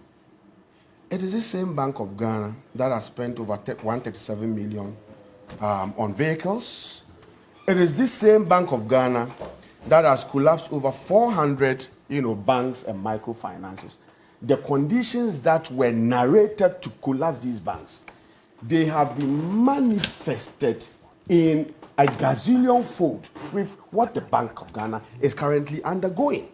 It is this Bank of Ghana that we are told has printed illegally over 700 trillion, within 2 years. It is this Bank of Ghana that we are told they spent over $2 million on gold watches, and I'm asking myself, what is the relevance of gold watch to banking? Is the gold watch an iPhone that has some high technology inbuilt that enable them to work? Is the Bank of Ghana the place where you go work and you involve yourself in a beauty contest or some aesthetic looks or what? Okay, so these are some of the things that the ordinary taxpayers are talking about that necessitated a certain demonstration that, look, most of us have commended. I'm looking at the number of people who showed up. I'm looking at how they comported themselves. I'm looking at how their own organizers sought to restrain them. I saw Sami Jemfi holding a microphone, telling people not to move beyond a certain place. And I saw how the police also comported themselves. They presented their petition. And when the petition was presented, they were expecting the governor to receive. He was not there. He sent someone else. I thought that at one point in time, the insistence that the governor himself was supposed to be there to receive it was too much of a stretch. But that was within the right of the minority to make such demands. It was not illegitimate demands. Because if you look at also the caliber of people who were leading that kind of demonstration, then they had every right to demand that the governor himself was to be there. I was yesterday giving an example that if you, Alfred, you are sent to come to meet me at the University of Ghana, I can probably ask my research assistant to meet you. Okay, or I can meet you myself. But if your boss is coming, maybe I will ask my head of department to be there to meet your boss. If the president of the republic is coming to my place, even though the president may be coming to me, I would have to find a way of roping in my vice chancellor, because of levels. Okay, so you don't expect the leadership, the minority leadership of the second arm of government leading a demonstration. And when we are talking about the arms of government, if we are going to look at things well, then the legislative arm of government should even be more superior to the executive arm of government, because it's the chamber that provides true representation. Not all of us voted for the presidency, or for the president, but everybody has a representative in parliament. And so if you're the minority leader leading a group and saying they want to present a petition, then to my mind, they had every right to demand the presence of the governor. Well, the governor didn't show up. He sent someone else to be there. No problem.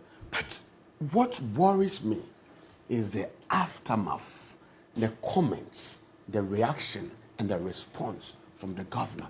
That tends to, as it were, it's like you are trying to, because it appears because they have been able to put their hands in our mouths and seen that we don't even have more teeth to be biting.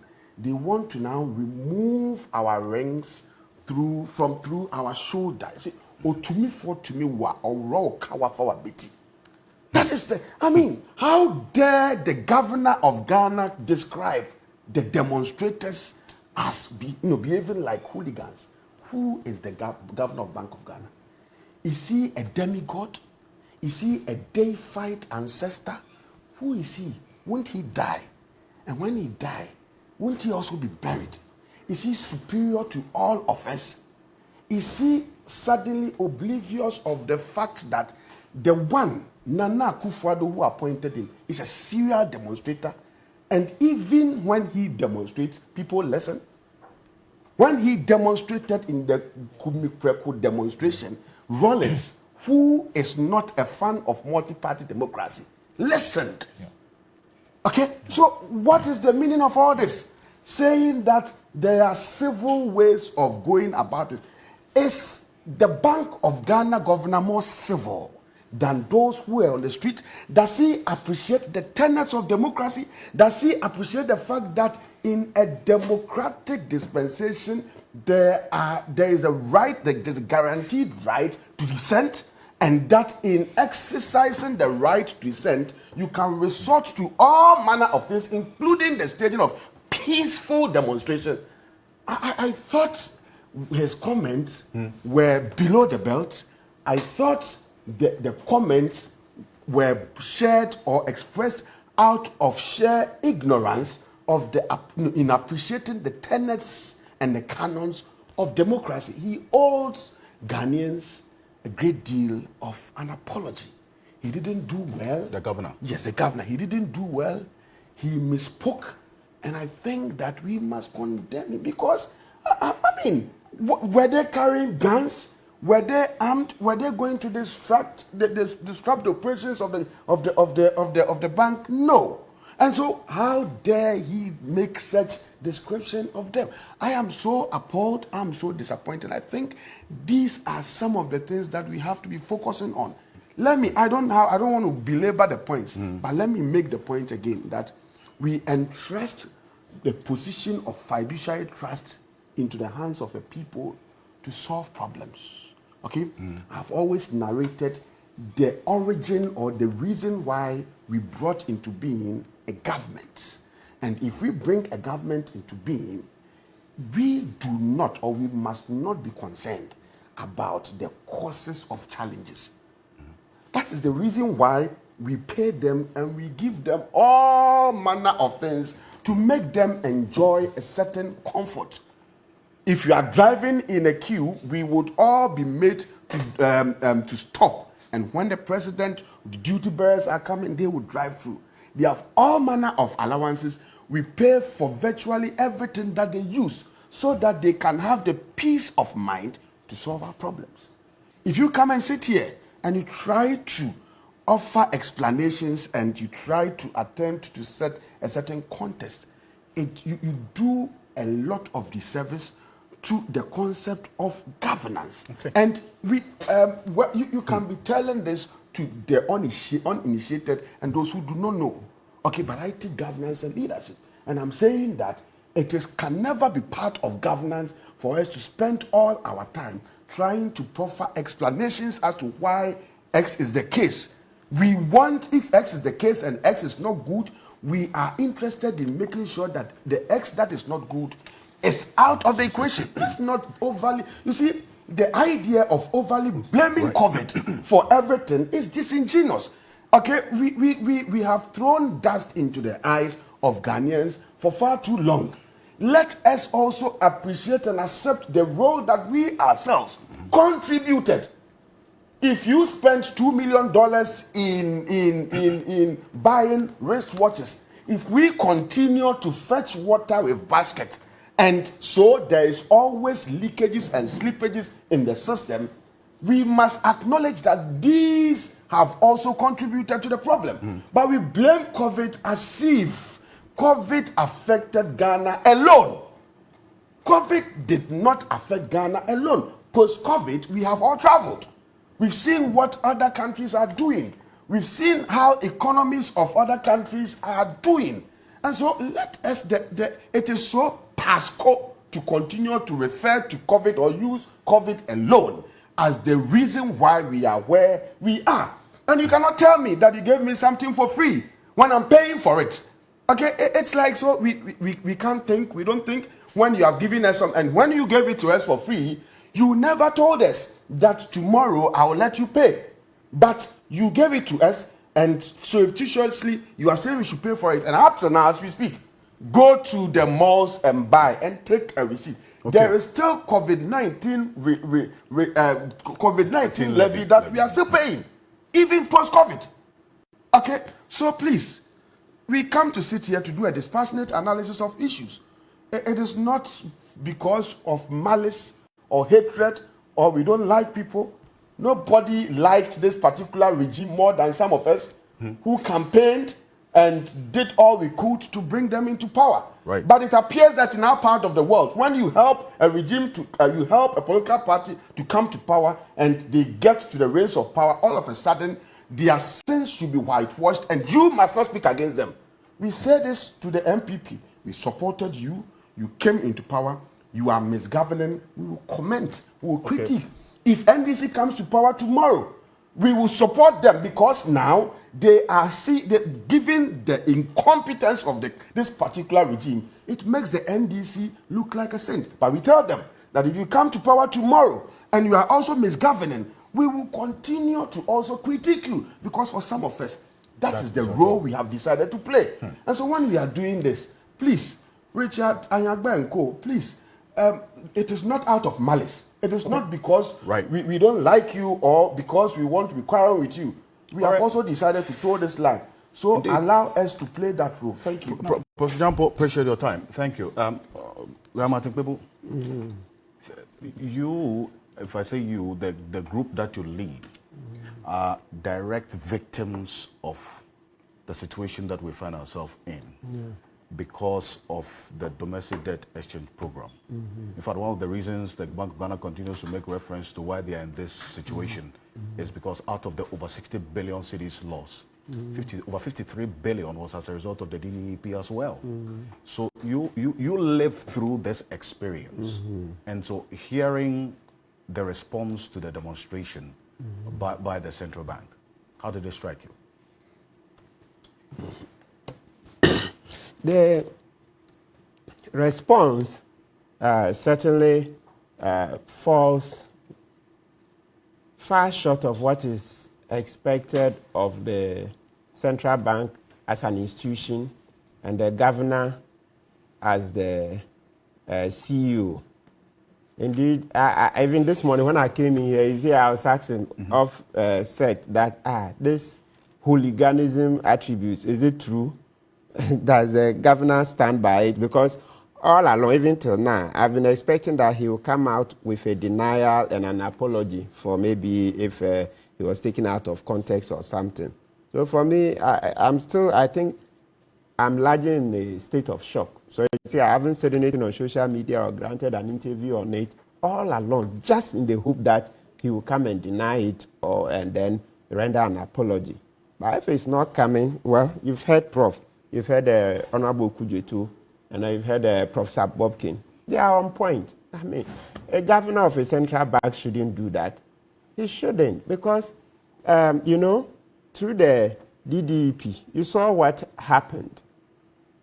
People have suffered. People have suffered over. People have suffered haircuts, etc. Right?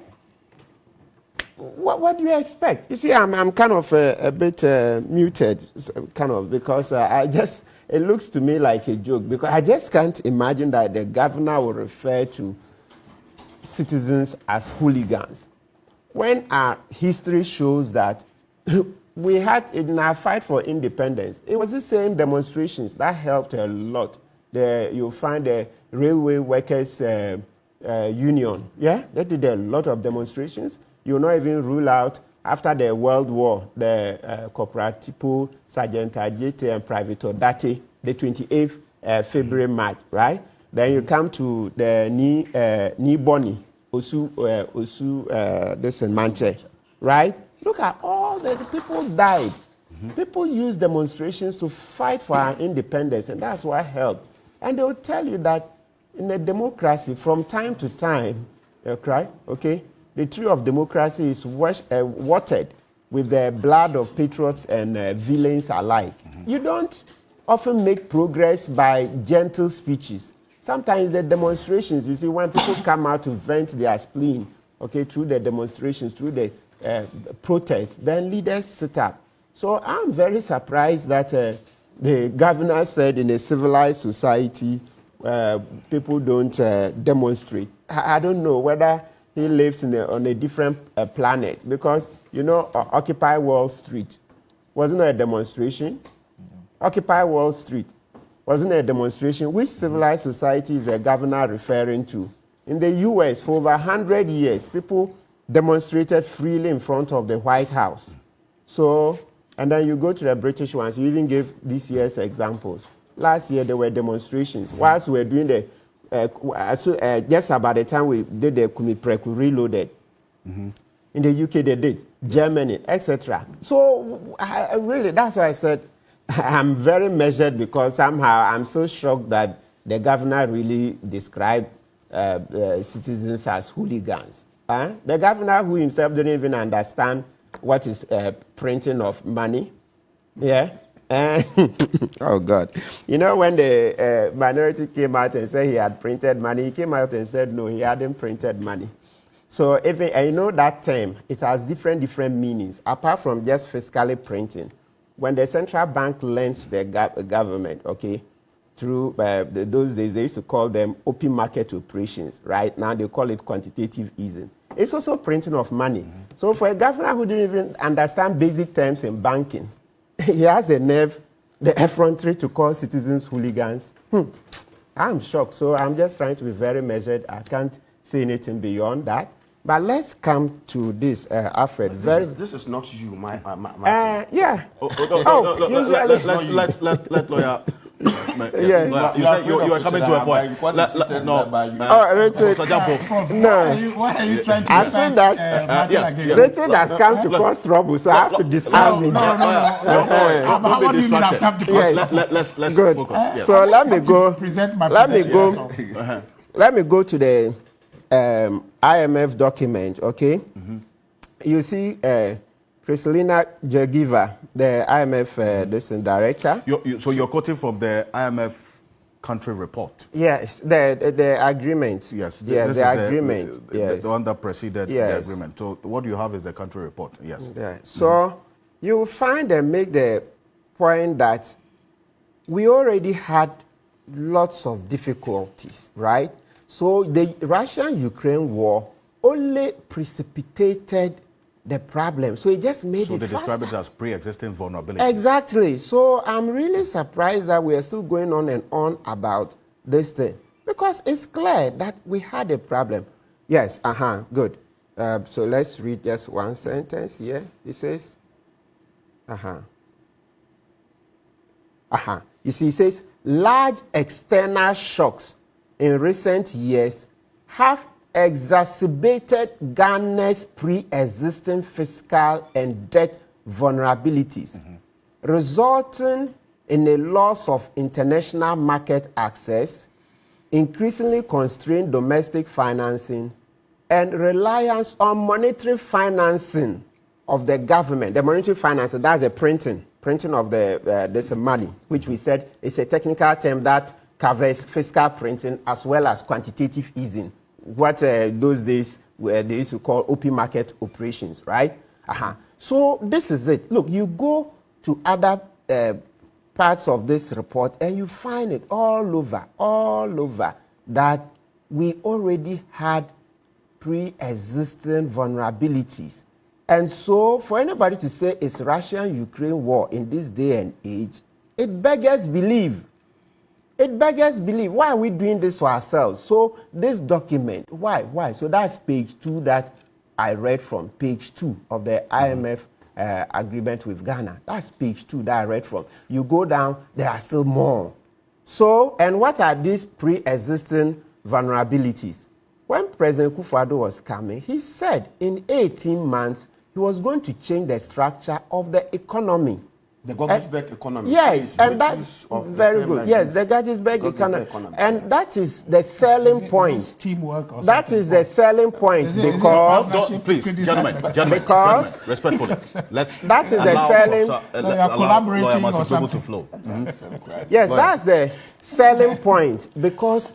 You see, from our independence, that problem has existed for so long. So when you find a candidate who comes with a promise that in 18 months we'll produce our own perfume rights, in 18 months we'll do our own local production of poultry, fish, so much so that the billions that we spend on importing this will be a thing of the past. What else would you have? So, Richard, it's President Kufuor, then candidate Kufuor, who promised 18 months. You Google it, it's there. So today when you say Russia, Ukraine, But yes, it beggars belief. No, let's not even forget, in COVID, you got over 22 billion. And the COVID report showed what? You were sharing the money to this parliamentary candidate, Mrs. Tete, Sanarigu in Tamale. What did she say? She was giving 100,000. Other people were giving. You were sharing the money. Create, loot, and share. No. That's what you did. Mrs. Tete, is it no? Mr. Ocansey, is it not true? Honorable Mrs. Tete, she said she was giving the money free, willy-nilly. You were sharing. Create, loot, and share, as Justice Doche put it in the way you make it. Create, loot, and share. That's what you did. Then you turn around today to come and say it's Russia and Ukraine. Look at the IMF document. It says that we had such a problem. Look, by the end of 2019, the same IMF said we're highly debt distressed. It's also a fact. By the end of 2019, we were highly debt distressed. So, by the time COVID was coming in 2020, you had more than what? The 18 months. You had more than the 18 months. You had double, a little over double. So you are asking for 18 months. You had a little over what? 36. Didn't you get the whole of 2017? The whole of 18. So that's what? 24 months. The whole of 19. 36 months. COVID, we did a lockdown in what? March. End of March. So you got 3 months in 2020 to add. So in all about 39 months. But you sought only 18. You got more than double. You didn't produce 1 acre of rice, of perfume rice. You didn't produce 1 poultry farm. You didn't produce 1 factory to do vegetable oil. All the things that have caused this economy. And this is the structure of the Ghanaian economy. On average, every 4 years, we have economic crisis. So when you come and sit here and say it's unprecedented, then it sounds very laughable. It shows that people are clueless. The Ghanaian economy, look, you go to this level 100 and 200 economics. They tell you every 3 to 4 years we go to the IMF. So if you are wise, won't you plan? Every 3 to 4 years we go to the IMF since independence. So you should know there will always be either cocoa prices will go down or gold prices will go down. It's cyclical. We've always had these things. So when you come and complain about COVID, when you've had you've had about 39 months, when you sought only 18 months to change the Gettysburg economy, you can't be heard. There can't be any sympathies. There's no way. I'm being very objective. Extremely. What else? Didn't you ask for 18 months? Didn't you ask for 18 months to change this economy? Is that not what you asked for? If at any point you thought that 18 was too small, where is the public document that now says that 18 was too small, so I want 36? There's nothing.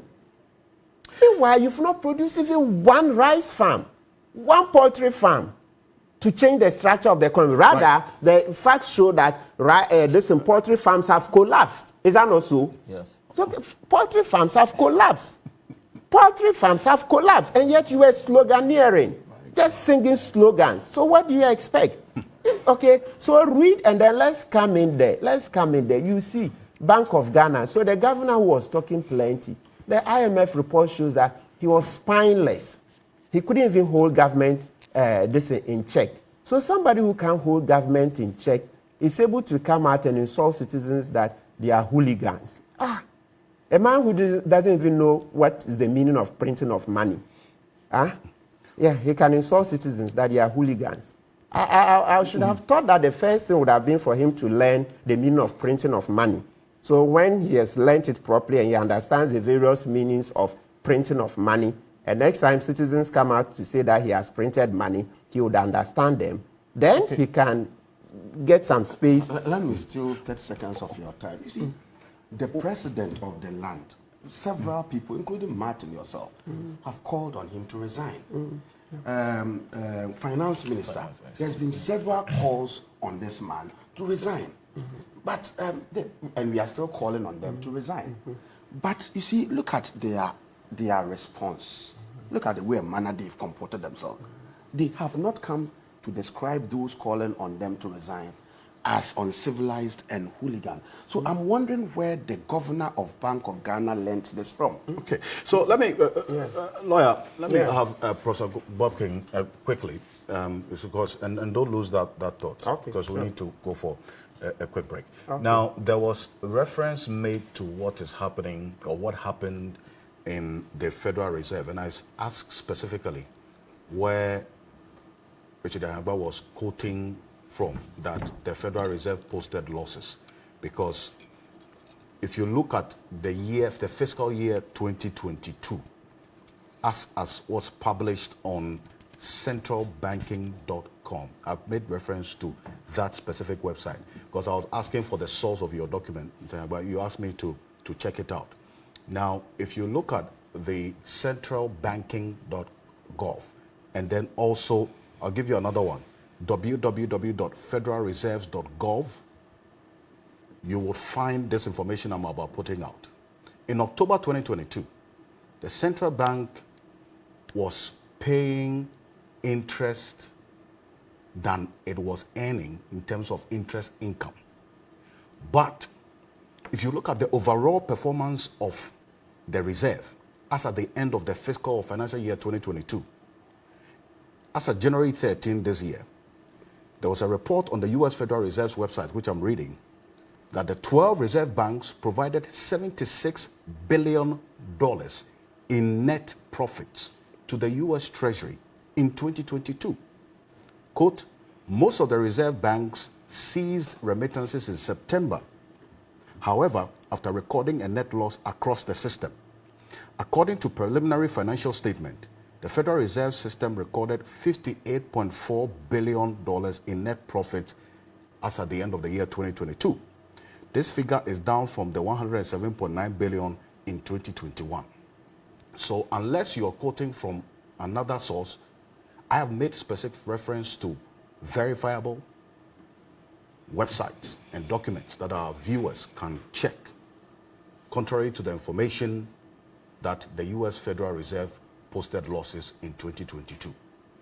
Professor Bobkin, now, even if you make reference to what's happening across other central banks, does it in any way justify what we're faced with now? Yeah, thank you very much. I think that if you look at the discussion in Ghana, you get the sense that there's a certain level of appreciation of external shocks. I don't think anybody is discounting that. When we talk about systematic shocks that are of a global nature, its impact is pervasive. You will see it across the board. Now, the difference where we are able to attribute nuances, idiosyncrasies, specific, context specific, then you see differences in the resilience of every economy in response to these global shocks. So countries that were well governed had resilience running into COVID, and Russia, Ukraine had better immune system to withstand those shocks compared to economies that were poorly governed to some extent. So that is where you see the difference. Okay, so, and then you also see the difference magnifying in terms of how the impact, the pass-through effect across price, debt build-up, and all of that. So I think we've spent quite a lot of time in that, and the fact that IMF even agrees, for me, doesn't make much difference to me. Because the reason I'm saying is that, look, after 60-something years of independence, if we cannot come to terms with the reality of what is happening, then we should feel sorry for ourselves. Then it means that we cannot go forward as a country. And it should not be the case for anyone to think that it will take the IMF to transform this economy for us in a way that will benefit every Ghanaian. No. The best helping hand we can find is at the end of our own arm. Now, if you look at the effect of COVID, and you even talk about inflation, look at it across the board, you see the marginality. We should feel a bit sorry if Ghana, the brightest star of Africa, is being discussed in the same category like Sri Lanka and the others at the bottom. That is not good enough. It's not a good benchmark. The point is that we can do better, and we should be able to do better. We can only do so if we accept responsibility. Now, if you look at it since 1992, Alfred, it always takes the connivance of the central bank to get us into a worse situation. We've seen relative stability informed by fiscal discipline, prudent monetary policy. Then you see fiscal indiscipline always going along with accommodating monetary policy. That aids that. That is not good enough. Typically, you want to be able to structure a system that also inures to checks and balances, where the central bank also acts as a check on the fiscal side. That is very important. Once you lose that, and actually, you know, I've tried over the years not to go into the other operational issues in terms of costs, lifestyle, posture of the central bank over the years. For which reason, perhaps a lot more people will prefer to retire at the central bank than maybe elsewhere. That is not good enough. That is not good. There is pain in the system. Ghana's food inflation is one of the highest. You know, sometimes when we talk about the inflation, we think that everything is just the average. Alfred, if you were to be staying in somewhere northeast of this country, food inflation is approximately 86%. And that's supposed to be one of the food growing areas, northeast. Yes. The food basket. So if we have the food growing areas recording this high inflation rate, that's troubling to say the least, is it not? You will see, yes, you will see regional differences. What I'm saying is that these losses we are talking about here, the instability, when you lift the veil, is human suffering. It's life. Today, 2 cities cannot buy cocoa. Professor Bobkin. 3 cities can buy cocoa without sugar. I'm just telling you about income levels. Indeed. Let's come home. Macro. Let's come down to micro. Life.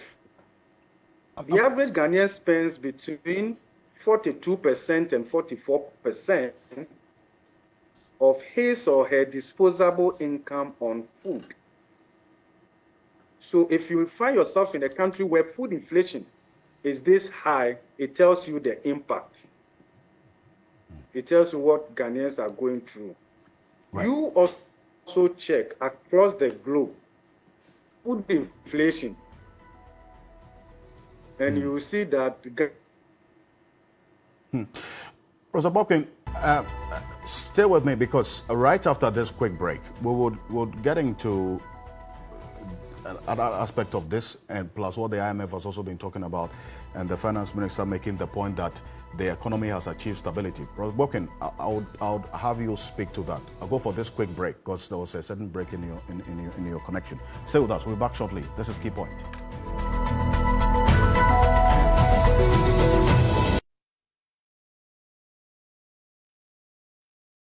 Just close the doors, and you're in a world of your own.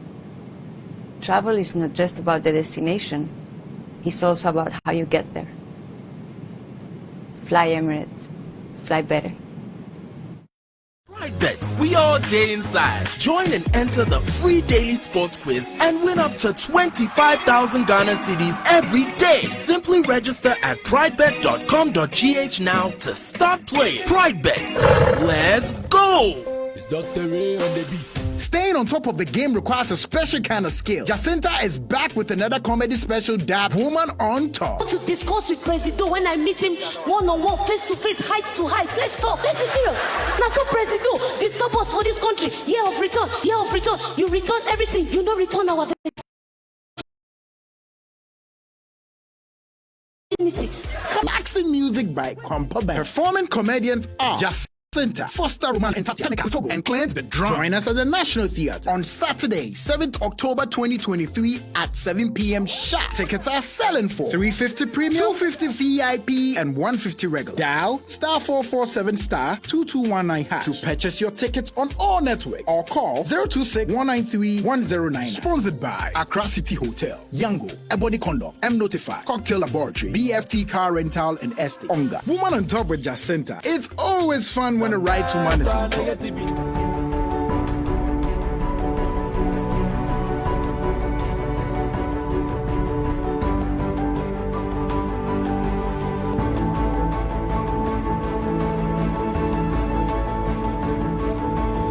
You feel adrift as you transition into a new stage of your life. The future seems like a blank space until you discover the passion within. The canvas of the future is yours to paint.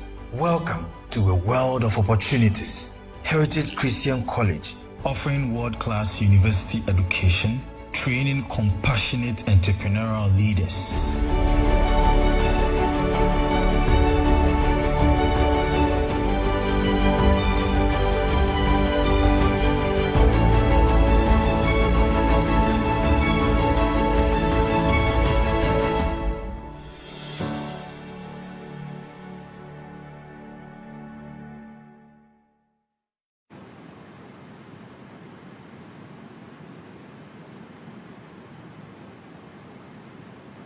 It's great to be connected on a plane, but not all the time.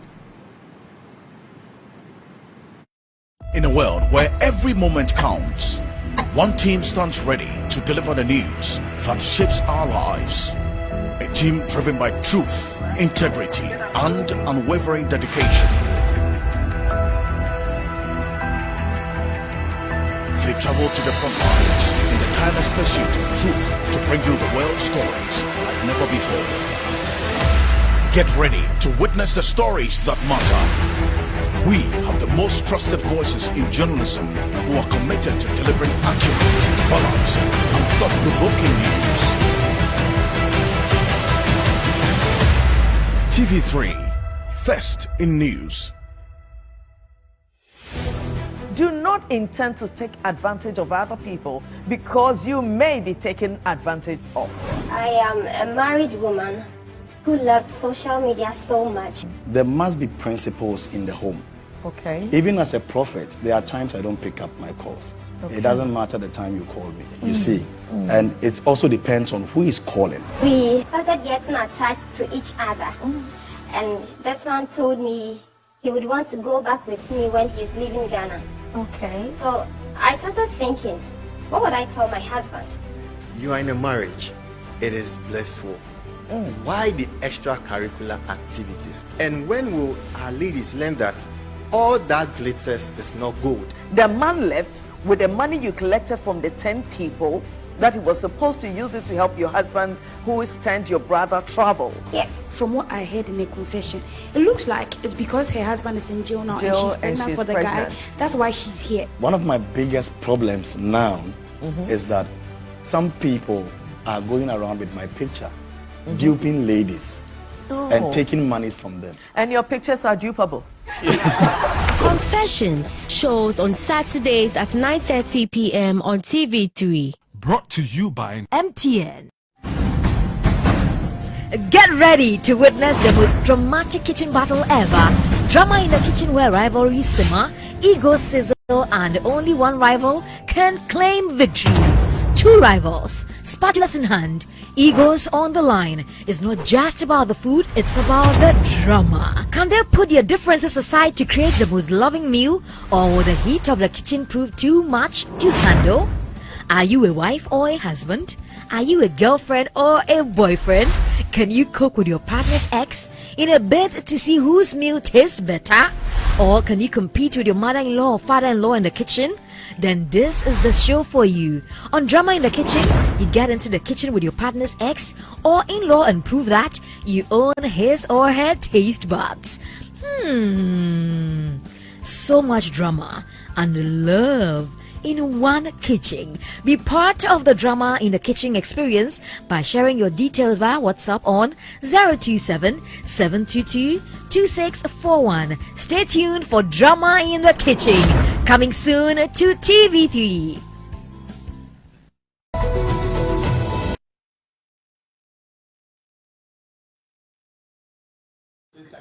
Gentlemen, hold on. Welcome back. Well, hold on. Hold on.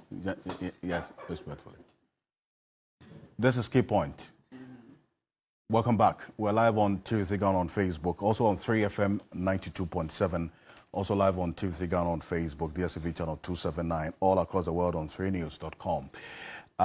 While we seek some responses to some of the issues mentioned earlier, Stefan Roder was chef de mission of the IMF mission to Ghana, indicated that the country has ticked a few boxes, and the second tranche of the $600 million of the $3 billion IMF loan is on course. Take a look. Optimistic is that these actions are already generating positive results.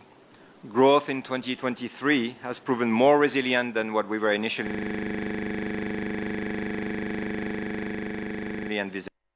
envisaging. Inflation has declined. The fiscal and external positions have improved. International reserves are increasing again, and exchange rate volatility has significantly reduced. Once our executive board review is completed, Ghana would have access to another $600 million, bringing the total IMF financial support disbursed under the arrangement since May, when the program was approved, to about $1.2 billion. From the finance minister as well, because at that same press conference, it was a joint press conference between the IMF and the finance ministry, and then also the Bank of Ghana. Finance minister indicated that the economy has achieved stability. Take a look. External creditors, I believe we are doing well with regards to the engagement. Expected that this coming week we might actually get a proposal for them. Our target is to be able to conclude this thing before year end, and we are pursuing it. And I think achievements of the SLA also puts pressure on coming to faster resolution. So this achievement is important towards our negotiating stance going forward. The Paris Club Common Framework, MOU, certainly France and China continue to be very supportive. Professor Bopkin has to leave us, so let me just round up with him, and I still have my guests with me in studio. Professor Bopkin, now, based on all the indicators taken into consideration, would it be wholly right to say that the economy has achieved stability as we speak?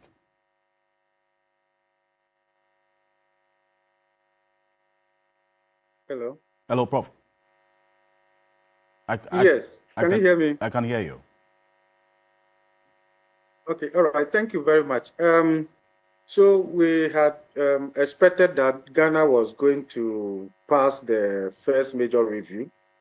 So the IMF statement that the program is largely on course is largely consistent with expectation.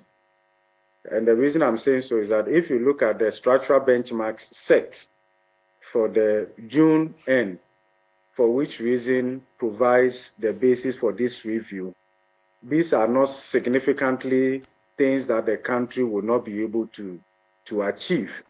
And therefore, one is not surprised that Ghana has scaled the war largely, because once we've reached staff level agreement, already the managing director of the IMF is aligned. Of course, bear that in mind also within the global context of geopolitics and geoeconomic fragmentation. We bear that in mind, and what the IMF itself seeks to do with their former poster boy, Ghana, and the rest of them. So, but largely, we cannot say that we have achieved stability. We have seen signs. We've seen signs of recovery, but things are still very, very high. Inflation is still very high. 14.1% is still very high by world average. Interest rate is still in excess of 30%. The CD cumulatively has depreciated by more than 20%. So you could not realistically look at all the indicators and say that, yes, we have achieved stability. Of course, what did we expect? We went through all the sacrifices of domestic debt restructuring, haircut here, haircut there, utility price adjustment, higher taxes, some expenditure rationalization, simply because we want to have stability and we want to have recovery. So there's a price that we have paid in order to have this. That said, Alfred, the level of stability and improvement that we expect that will benefit the ordinary Ghanaian certainly cannot come within the first 6 months or even the 2 years of the implementation of the IMF supported program. Remember, the IMF focuses much more on the macro. It takes a while for macro level stability to translate to micro and to reflect in the pocket of the ordinary Ghanaian. So we are still a long way to go, and the consistency then is very important. Because macroeconomic stability, as we are beginning to see signs of it, is really coming to us at a great cost. It's coming to us at a great cost. So we speak right now, project implementation has stalled. We are achieving stability in the FX market because we have suspended coupon payment on our external debt. If you read the IMF press statement, you will see that even though the signs that we have seen is largely also contingent on the success we make with the restructuring of our external debt, because that is where the risk also is. Because we are expecting that by way of external debt relief, annually in the next 3 years, Ghana is hoping to get from external debt about $3.5 billion annually for the next 3 years. That is huge. So that is where the emphasis will be. The progress we make from there, it means a lot for the implementation of the IMF supported program. That said, Alfred, we cannot pop champagne over this. We've seen this time and again. Macroeconomic stability. It's not an end in itself. It's only a means to an end. How do we build on this? And we all know. And that is what we should all be concerned about. Because the IMF supported program is not what would address our concerns holistically and sustainably. Okay. But that Bobby, should not be lost on us. And the next leg of this will be the engagement with the external creditors. As the finance minister has indicated that in the coming weeks, some agreement sort of will be reached. Now, this is not going to come for free, is it not? Whatever form this agreement with external creditors takes, it will certainly demand some level of commitments from us. How costly will that be? Yeah, so typically, we say that bonds and bondage are from the same family word. Typically, the form that the restructuring will take, we can also learn from the case of Zambia. It can be reprofiling. It can be reprofiling. Some moratorium, great. But even let's learn from what we have done with the domestic debt. We've just given ourselves largely grace period. In terms of the maturity, and then some gains in terms of coupon cuts. Now, because the country has submitted itself to the IMF, which is also a key condition in order to take advantage of the G20 common framework, for which Ghana has taken advantage of the debt service suspension clause. And the governor told us that so far we've saved about $2 billion. Right. And that is what has also helped with the stability of the city. Okay. So ultimately, if we don't get express debt forgiveness, which is most unlikely, and is the case of risk reprofiling, it will come back to us one day. We have to pay. We have to pay. So it should not be like something that we think that, oh, some people are just there to just cancel our debt. Remember, from the official creditor committee perspective, they are also concerned about their taxpayers, because that's taxpayers' money. Sure. That's taxpayers' money. So we cannot just borrow, use it anyhow, and think that some people will just show up one day and cancel our debt. Right. I think it doesn't make us responsible as a country. Okay? But at least. Indeed, I know you would have to bounce it off of us, but a very, very important point that you made there. Appreciate your time. Thank you so much for even going beyond the time that you said you're going to stay with us. I appreciate you. Professor Godfrey Bokins, a professor of finance at the University of Ghana.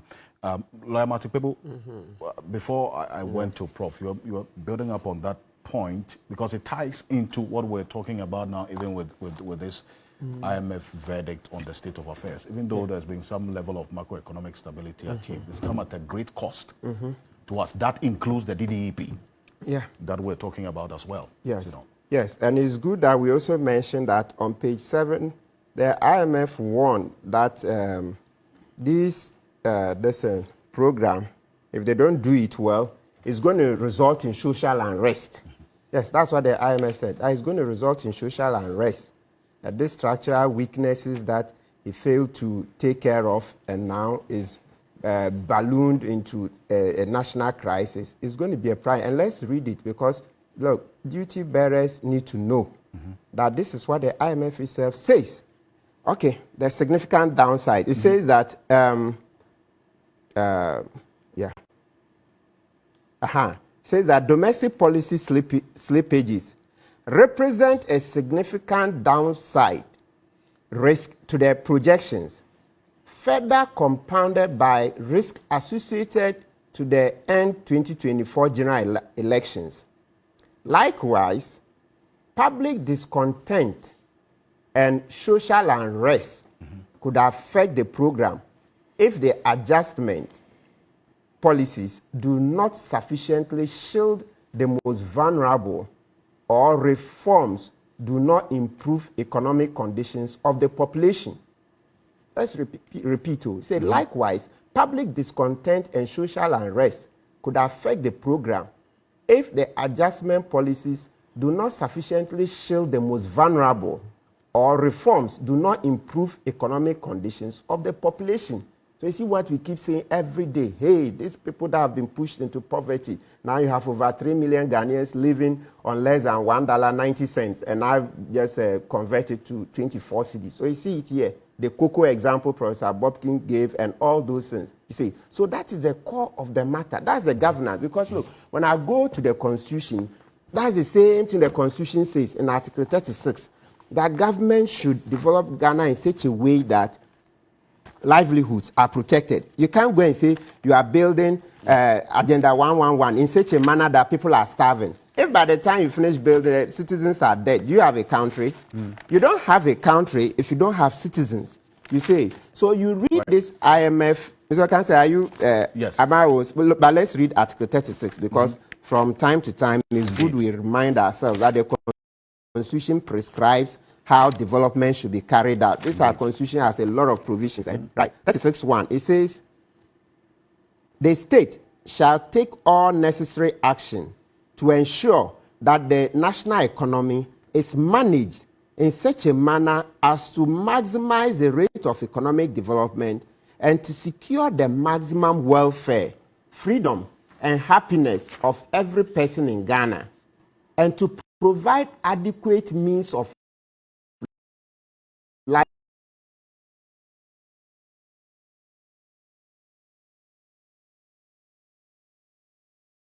livelihood, and suitable employment of citizens behind those ones who can't afford food. That is the essence of the matter. Because you go on there and the IMF says, yes, when government came into this program, they said we're going to increase the LEAP beneficiaries. We haven't seen the beneficiaries being increased. In the mid-year budget review, Oforiatta said next year. How? Meanwhile, here, you said you are going to increase beneficiaries. And that's how come for about 4 weeks now I've been reminding the Honorable Minister for Agriculture that, look, the agriculture water project in the north that they're supposed to do to help farmers and carry out farming even in the rainy season. He should hurry up because for over 6 months, he hasn't done much. Okay, the EU, the donor funders, have been pressing that this project should go on well. So please, this particular thing, so you see that every time we keep referring to the poverty, it's a constitutional injunction. It's a constitution that says that government must give citizens food. It's a constitution that says that government must give citizens water, shelter, right? So when we come and talk, it's not like we're just doing politics. I come here to talk based on what the Constitution dictates. Indeed. That is it. That is the point. And so, last point, I think the IMF, like they themselves have said, I think as they do the review, they should also watch. Their history shows that they were not the best that we wanted. At the UN level, it had been discussed and they said they wanted a United Nations bank, a bank that could lend on better terms and do things better than the IMF. But, you know, like we always say, Thatcher and Reagan said, no, IMF, and now we have this situation. So IMF should remember that, look, we are not happy that the aided government to put in this project that is now causing us so much harm. Yeah, because we are suffering. We are suffering. You see the betting, taxes on sanitary pads, etc. That's not good for us. So the IMF in their review should also look that moving forward, this is not the way to develop. They can give us better terms. They can't stretch us because this write-off, you see, Governor Addison is saying that it's the IMF that caused them to do that. And it has increased inflation. So IMF, now you are killing us. You are killing us. That's really what you're doing. You can do better than that. Well, we also do better in managing the state of our economy as well, so that we don't go to the IMF, you know, to deal with us with all of these killing conditionalities. Robert Blackwell, on this particular point, because you see, you cannot take away the gains that have been made under this program, as acknowledged by Professor Bokpin and indeed the IMF as well. But you cannot also discount the cost or the sacrifice of the Ghanaian people as well that has led to these positives that we're talking about, is it not? Look, Alfred, the time has come for the political class of our country to carry out deep introspection. Why do we keep doing the same things over and over and over again and expecting different results? We all know that there is no country on this planet that has developed with an IMF program. Not one.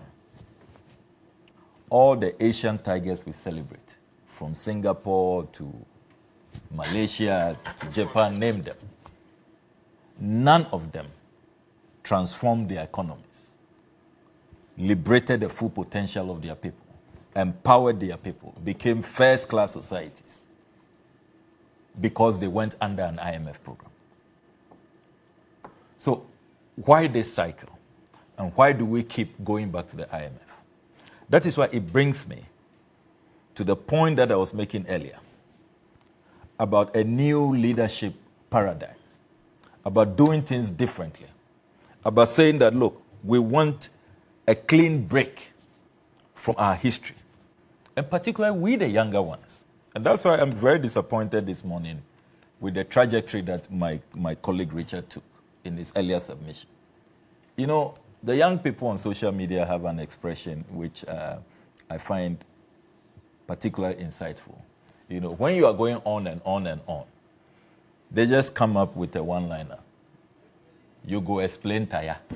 Yeah. They don't even waste their time to finish what you are saying. Yeah, it's true. Or writing. Yeah. You say you go explain tire, and they dismiss you and walk. Yeah. They don't have time for that. Yeah. Leadership is about solutions.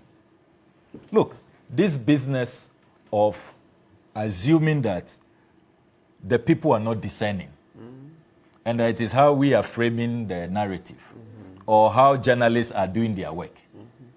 Please, I think that we have heaped enough insult on the people. You cause them pain, you cause them unemployment. Look, as we speak, have you analyzed the cost of the current IMF program? If you read the 2022 budget, a copy of which I have here, page 58, go through that page and see the costs that we have to bear. There is a total freeze on employment in the public and civil sector because of this. Major projects have been suspended. Projects that were almost complete. Check the state of the Kumasi airport. Check the state of major roads. They have been discontinued. As I speak to you, workers have been laid off. Talk to contractors. As I speak to you, key sectors of this economy are not being financed. Road contractors are owed 15 billion cedis. And look, we are nowhere near even the full brunt. Wait for the 2024 budget coming in November. As part of this program, read the staff level agreement. There are going to be a raft of new taxes. So the real bitter pills are coming. They are coming. Can you imagine more taxes under the current debt restructuring, financial haircuts, all the ordeals that people have had to go through? So look, this IMF program is a program that was avoidable. I thought that as a political class, we had all become wise and we said that, look, the last program that we went under, that will be the last one. At least there was an agreement on both sides of the divide. NDC said it will be our last program. MPP said, look, we will never go back to the IMF. Because we all know that, look, it becomes a vicious cycle. It doesn't transform your society. You just take a hit. It causes you so much pain. So why did we come here? If you read the finance minister's letter to the IMF, begging for this bailout, dated 1st May 2023, and it's at page 53 of the report. The IMF application letter signed by Ken Ofriatta, he himself admits that external shocks have heightened pre-existing vulnerabilities and pushed the economy into crisis. He himself. When you are writing to the IMF a different narrative, a different story, then when you come and sit on TV3 Key Point, you say that it's all external shocks. Pre-existing vulnerabilities. Look, let's look at some key data. 2016, the debt stock, which they made a lot of noise about and hanged President Mahama for, was 120 billion. By 2019, before COVID, the debt stock had increased to 225 billion. They had added 105 billion. Can you imagine? They had almost doubled it before COVID. Take the debt to GDP ratio. In 2016, it was 56%. By 2019, long before COVID, it had risen to 70%. You remember that when we were in power, all the experts said, look, we have to watch it. Well, you don't have to get to 60%. Baumia's lectures, that once you're approaching 60%, you are in trouble, you are in crisis. Your debt levels are not sustainable. Don't get there. We made sure we kept it below 60%. They came to power, and in just 2 years, they exceeded that. 70% before COVID. You have probably forgotten that the CD plummeted so badly that before COVID, they set up a 40-member committee. Do you remember? Which had the likes of Franklin Kujo, they brought civil society. Interestingly, they left out Baumia, the head of the economic management team, in that 40-member committee. That is how helpless they were in managing the currency before COVID. Right. You take the debt servicing amount. In 2016, it was 11 billion. By 2019, it rose to 37 billion, 91% of total revenue. Take the budget deficit, which was kept below 5% in 2016. By 2018, it had gone to 7.5%. By 2019, it was 7%. That's the reality. So don't come and hide under COVID. In any case, when they talk about COVID, they conveniently leave out the fact that COVID was a windfall. Yes, we regret the deaths, we regret the hospitalization. But it brought in unprecedented amount of money. Why you round up They got 30 billion cedis from COVID. What did they do with it? Have you read the Auditor General's report? The Auditor General reports that the monies largely could not be accounted for. Diversions. You remember what happened at the Ministry of Information? Money for frontline health workers. Communicators were sharing it. You know, so when they talk about external factors, COVID, it brought in 30 billion, which they dissipated, create loot and share. Let me also round up for me. Yes, I know with that. Richard Ahiagba shot himself in the foot when he went to quote that IMF document on the global economic situation. He himself, in reading, reads that the IMF says that average inflation in advanced economy will be 5.7%. In emerging economies will be 8.5%. Is that where we are? Okay. We are an outlier in excess of 40%. Take all our neighbors. I've gone for the data. Take all our neighbors. Ivory Coast is doing 4.6%. Nigeria is doing 21%. Benin is doing 2.1%. Kenya, 6.8%. Zimbabwe, can you imagine Zimbabwe? Is doing 18.4%. Senegal, 5.3%. Inflation. South Africa, 4.8%. Liberia, 11.1%. Nobody is where we are. If you take even the countries, Ukraine, which is receiving the bombs, is doing 11.3%. So please, let's stop insulting the intelligence of Ghanaians. There's so much pain, there's so much anguish, there's so much hardship you have created.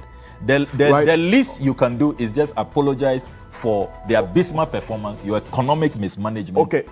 Now, this is key point. I'll go for this last break. We'll come back and then we'll round this conversation on this particular issue. Stay with us. We'll be back.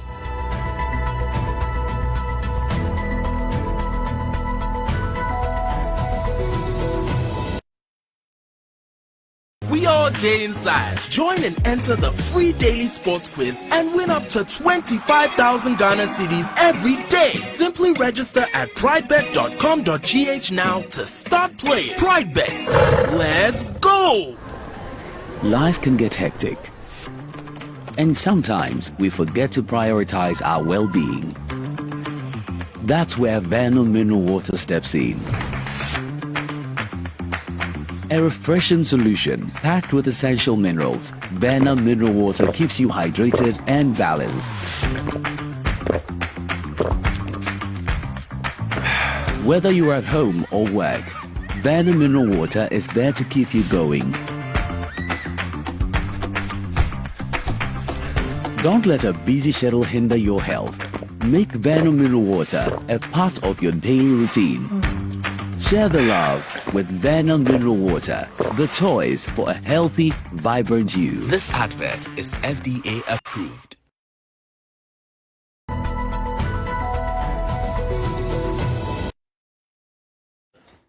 Welcome back to Key Point. Now, Mr. Agba, even though, as confirmed, there has been progress made under this IMF program, you cannot also discount the cost that the Ghanaian people have had to make for this progress to be achieved, and really why the president is not conceding to the suggestions to cut down the size of ministers, because governance cost, as Professor Bobkin indicated earlier, has been one of the major things that we have to deal with in terms of expenditure line items in this country.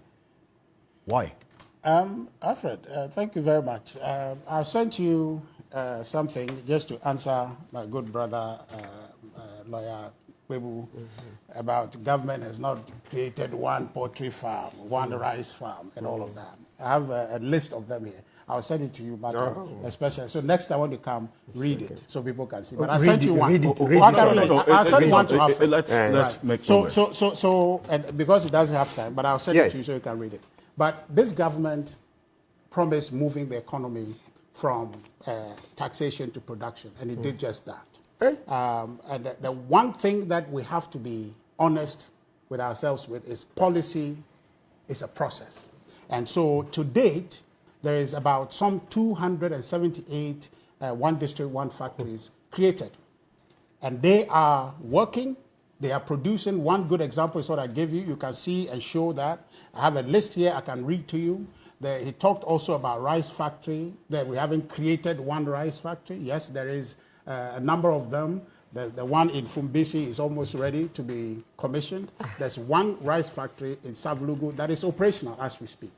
So two, the whole gold watch thing, my good professor was saying it and believing and removing his watch. It's not true. And you, Alfred, you were asking the right question here. It was not under this administration. Sammy? Yes. Sorry? Alfred, you were removing your watch to demonstrate ABCD. I will send you a picture of it. Please show it so your viewers can see. It's not factual. It happened under the NDC, all right? And there's publication to that effect. So the volume of misinformation just coming, like a train that is lost control and just going down, is enormous. And that is confusing Ghanaians. And Alfred, that was just the context in which... I asked a specific question about... No, it's okay. I'll answer, IMF. please. Yes, please answer that. Alfred, because we are dealing with time. And we go back and forth, respectfully. I agree. The fundamental reason we come here is to inform and educate. And your questions are to inform a certain information. And I think that you allow us, once you ask the question, we'll get there. The point I am making is that the volume of misinformation out there is just dizzying. Okay. And also on your point, I need to respond to that also, on the Federal Bank, the Federal Reserve Bank.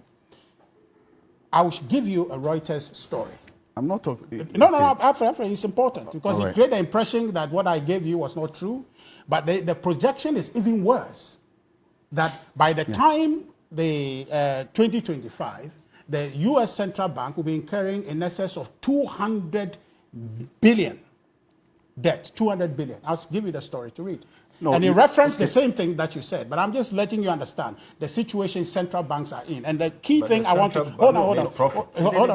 It made losses. No, the point is... But the point is just... Hold on, please. Just please don't interrupt me. The point is that... I've spoken only once. Yes. No, you get the chance. Okay. Please. So the point is that... But the point is that he gave me 5 minutes, so allow me to use the 5 minutes. But he says that... Look. He says that in spite of all this debt, and I'm reading the statement, I'll send it to you. It says that in spite of all this debt, this is the Reuters story. It said, but at the same time, the central bank had cautioned many times that the situation is in no way, impairs its ability to conduct monetary policy and achieve its goals. So we're talking about a central government incurring losses, and its ability to conduct its policy mandate is not impaired. So I just want to put that in context for you.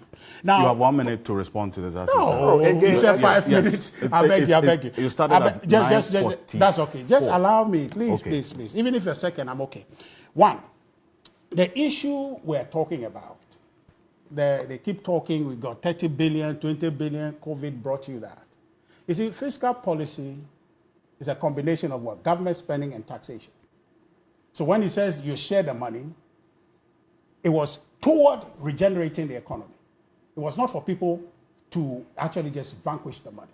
You know this, it happens, that there is central government disbursement to people for purposes of creating demand from an economy that is in a slump. So it's a policy position. It cannot just make these things and walk away for free. And Alfred, you say is 1 minute that is left. There are a whole lot of issues that we have to deal with here. Well, thank you. The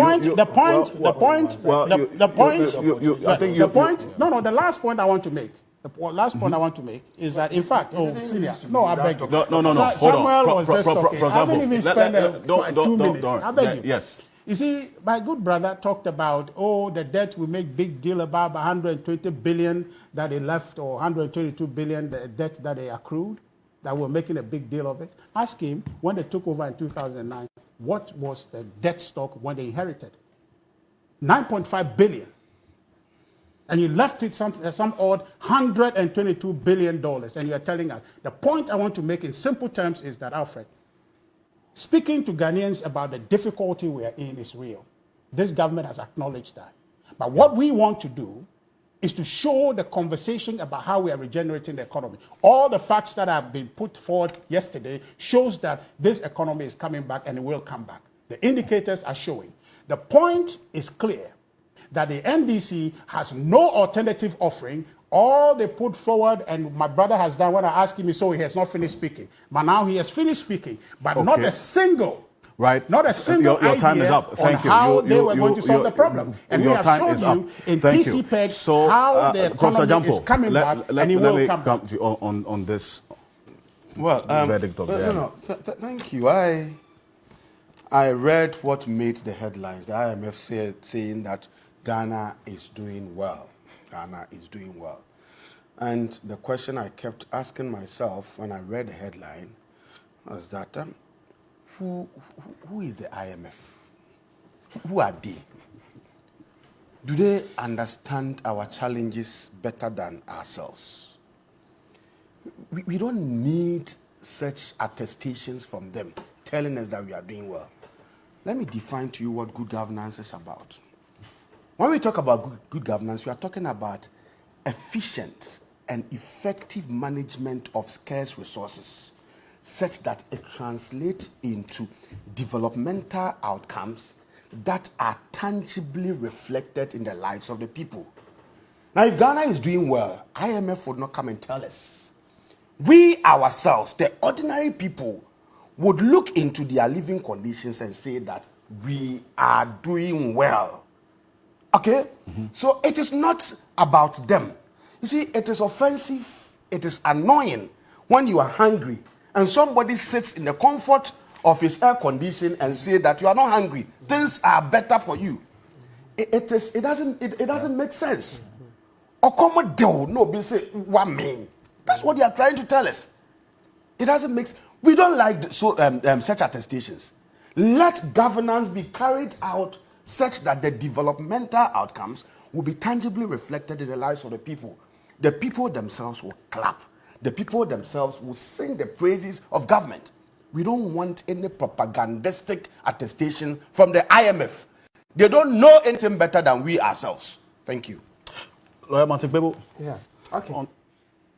Right. This particular issue, because you see, in the end, and let me just make the point that when I put out the facts as published by the Federal Reserve, I didn't make reference to a story.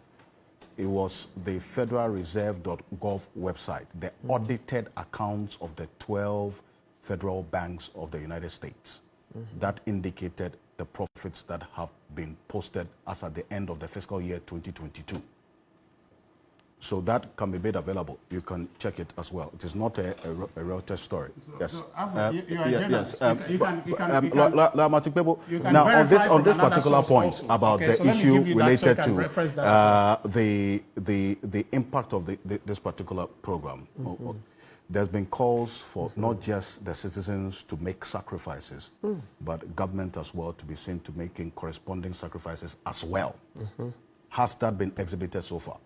Not at all. Not at all. You remember the poignant statement that the German ambassador made, Daniel Krah, right? Yes. You remember he asked, or he even told President Kufuor that his government is too big. In Germany, they have a smaller, size of government. And that is the point. The whole German ambassador, I'm not sure in the recent past, a German ambassador has had cause to make such a statement. So that tells you that the sacrifice is nowhere to be found at all. You look at the government, other expenditures that they said they would cut. You remember when we were going into this DDEP, we came out with a whole table, things that they should do to cut down. They haven't done much. They haven't. The Ofuriata said, oh yes, it's an interesting paper. They would look at it, and they've shelved it. So far, you remember Justice CJ Sofa-Ekufu Yasantua also came out to ask that what did they do with the plenty money? So far, it's just like what Prof said. We analyze based on evidence. If there were cuts, we would have seen same. Right now, to the extent that people are suffering, the fuel prices are up. You see, even the last time the prices came down, GPRT refused to reduce. Food prices are still up. My favorite examples of yam and then toothpaste and all those, they are still where they are. They haven't gone down much, except yam that has come down by about 5 cedis to about 35 Ghana per tuber, right? So you don't see the cut. And even to make things worse, Mr. Ocansey, let me bring this in. In recent times, there's even a heightened sense of insecurity in the Cantonment's airport area. This armed robber who has been robbing, if you look at it. So we would, and it ties in, because for us, security is very key. Apart from the food, you also want to go to bed and sleep soundly, knowing that no armed robber will come. So we'll call on Ghana Police Service to work on it. That lone armed robber, you see they send pictures around. It's causing a lot of insecurity in airport, cantonments, Labone area. Those are hundreds of thousands of citizens. So being a big security problem, I think Ghana Police Service, IGP Dampari, we beg you, because our big people, even say all citizens too, because when he's done raiding cantonments, airports, and Laboni, he'll come next to us. So we can't just assume that we don't live in this area, so it doesn't affect us. So please, that lone armed robber, we should deal with it. Okay. Appreciate it. Thank you very much. And just a minute each for, yes, Richard, the specific concern is about the corresponding actions that government has to take to at least complement the sacrifices that the Ghanaian people have made for us to get this progress under the IMF program. Is government willing to make these sacrifices? Absolutely, absolutely. Why hasn't that been executed so far? That has been done, and you see the report indicates that the government, by the outcome of these staff level engagement, demonstrate that yes, have kept to all the indicators specified under the agreement. Both the quantitative and the indicative indicators have been adhered to, and as a matter of fact, when the board sits, Ghana is likely to be deemed as past this review. And so that shows you. And then the economic indicators showing here. And I think that, Prof, it's not as if IMF is telling us about us, but we are seeing the inflation measure that we put out. It is not IMF who did it for us. The GDP numbers that we are reporting, it's not IMF that did it for us. Okay. We are the ones measuring and reporting. All right. So definitely the economy is coming and will return back. Yes. My message is simple. This government has failed. We cannot wait to kick them out of office. But before they leave, they should stop the looting. It's unfortunate we didn't have time to discuss the latest scandals, but we'll return to them. The looting of prime airport lands, which I exposed this week, the Heaven Builders, a company that has no track record. Yesterday, I went to check the address out. It was some uncompleted building that has been overgrown with weeds. See what has happened with the Frontiers documents I put out. They brought in a private company without track record that made over $130 million. Okay. It is the looting. The looting. I mean, see what has happened. See what has happened. See what has happened over National Cathedral. Over $330 million. I want to apologize to our viewers for not going on to the third issue, which is the issues related to the teachers, the exodus of the teachers. Gentlemen, so I would put it out that I apologize to our viewers for not going to the third issue, that is the teachers. I would want to thank you very much, Richard.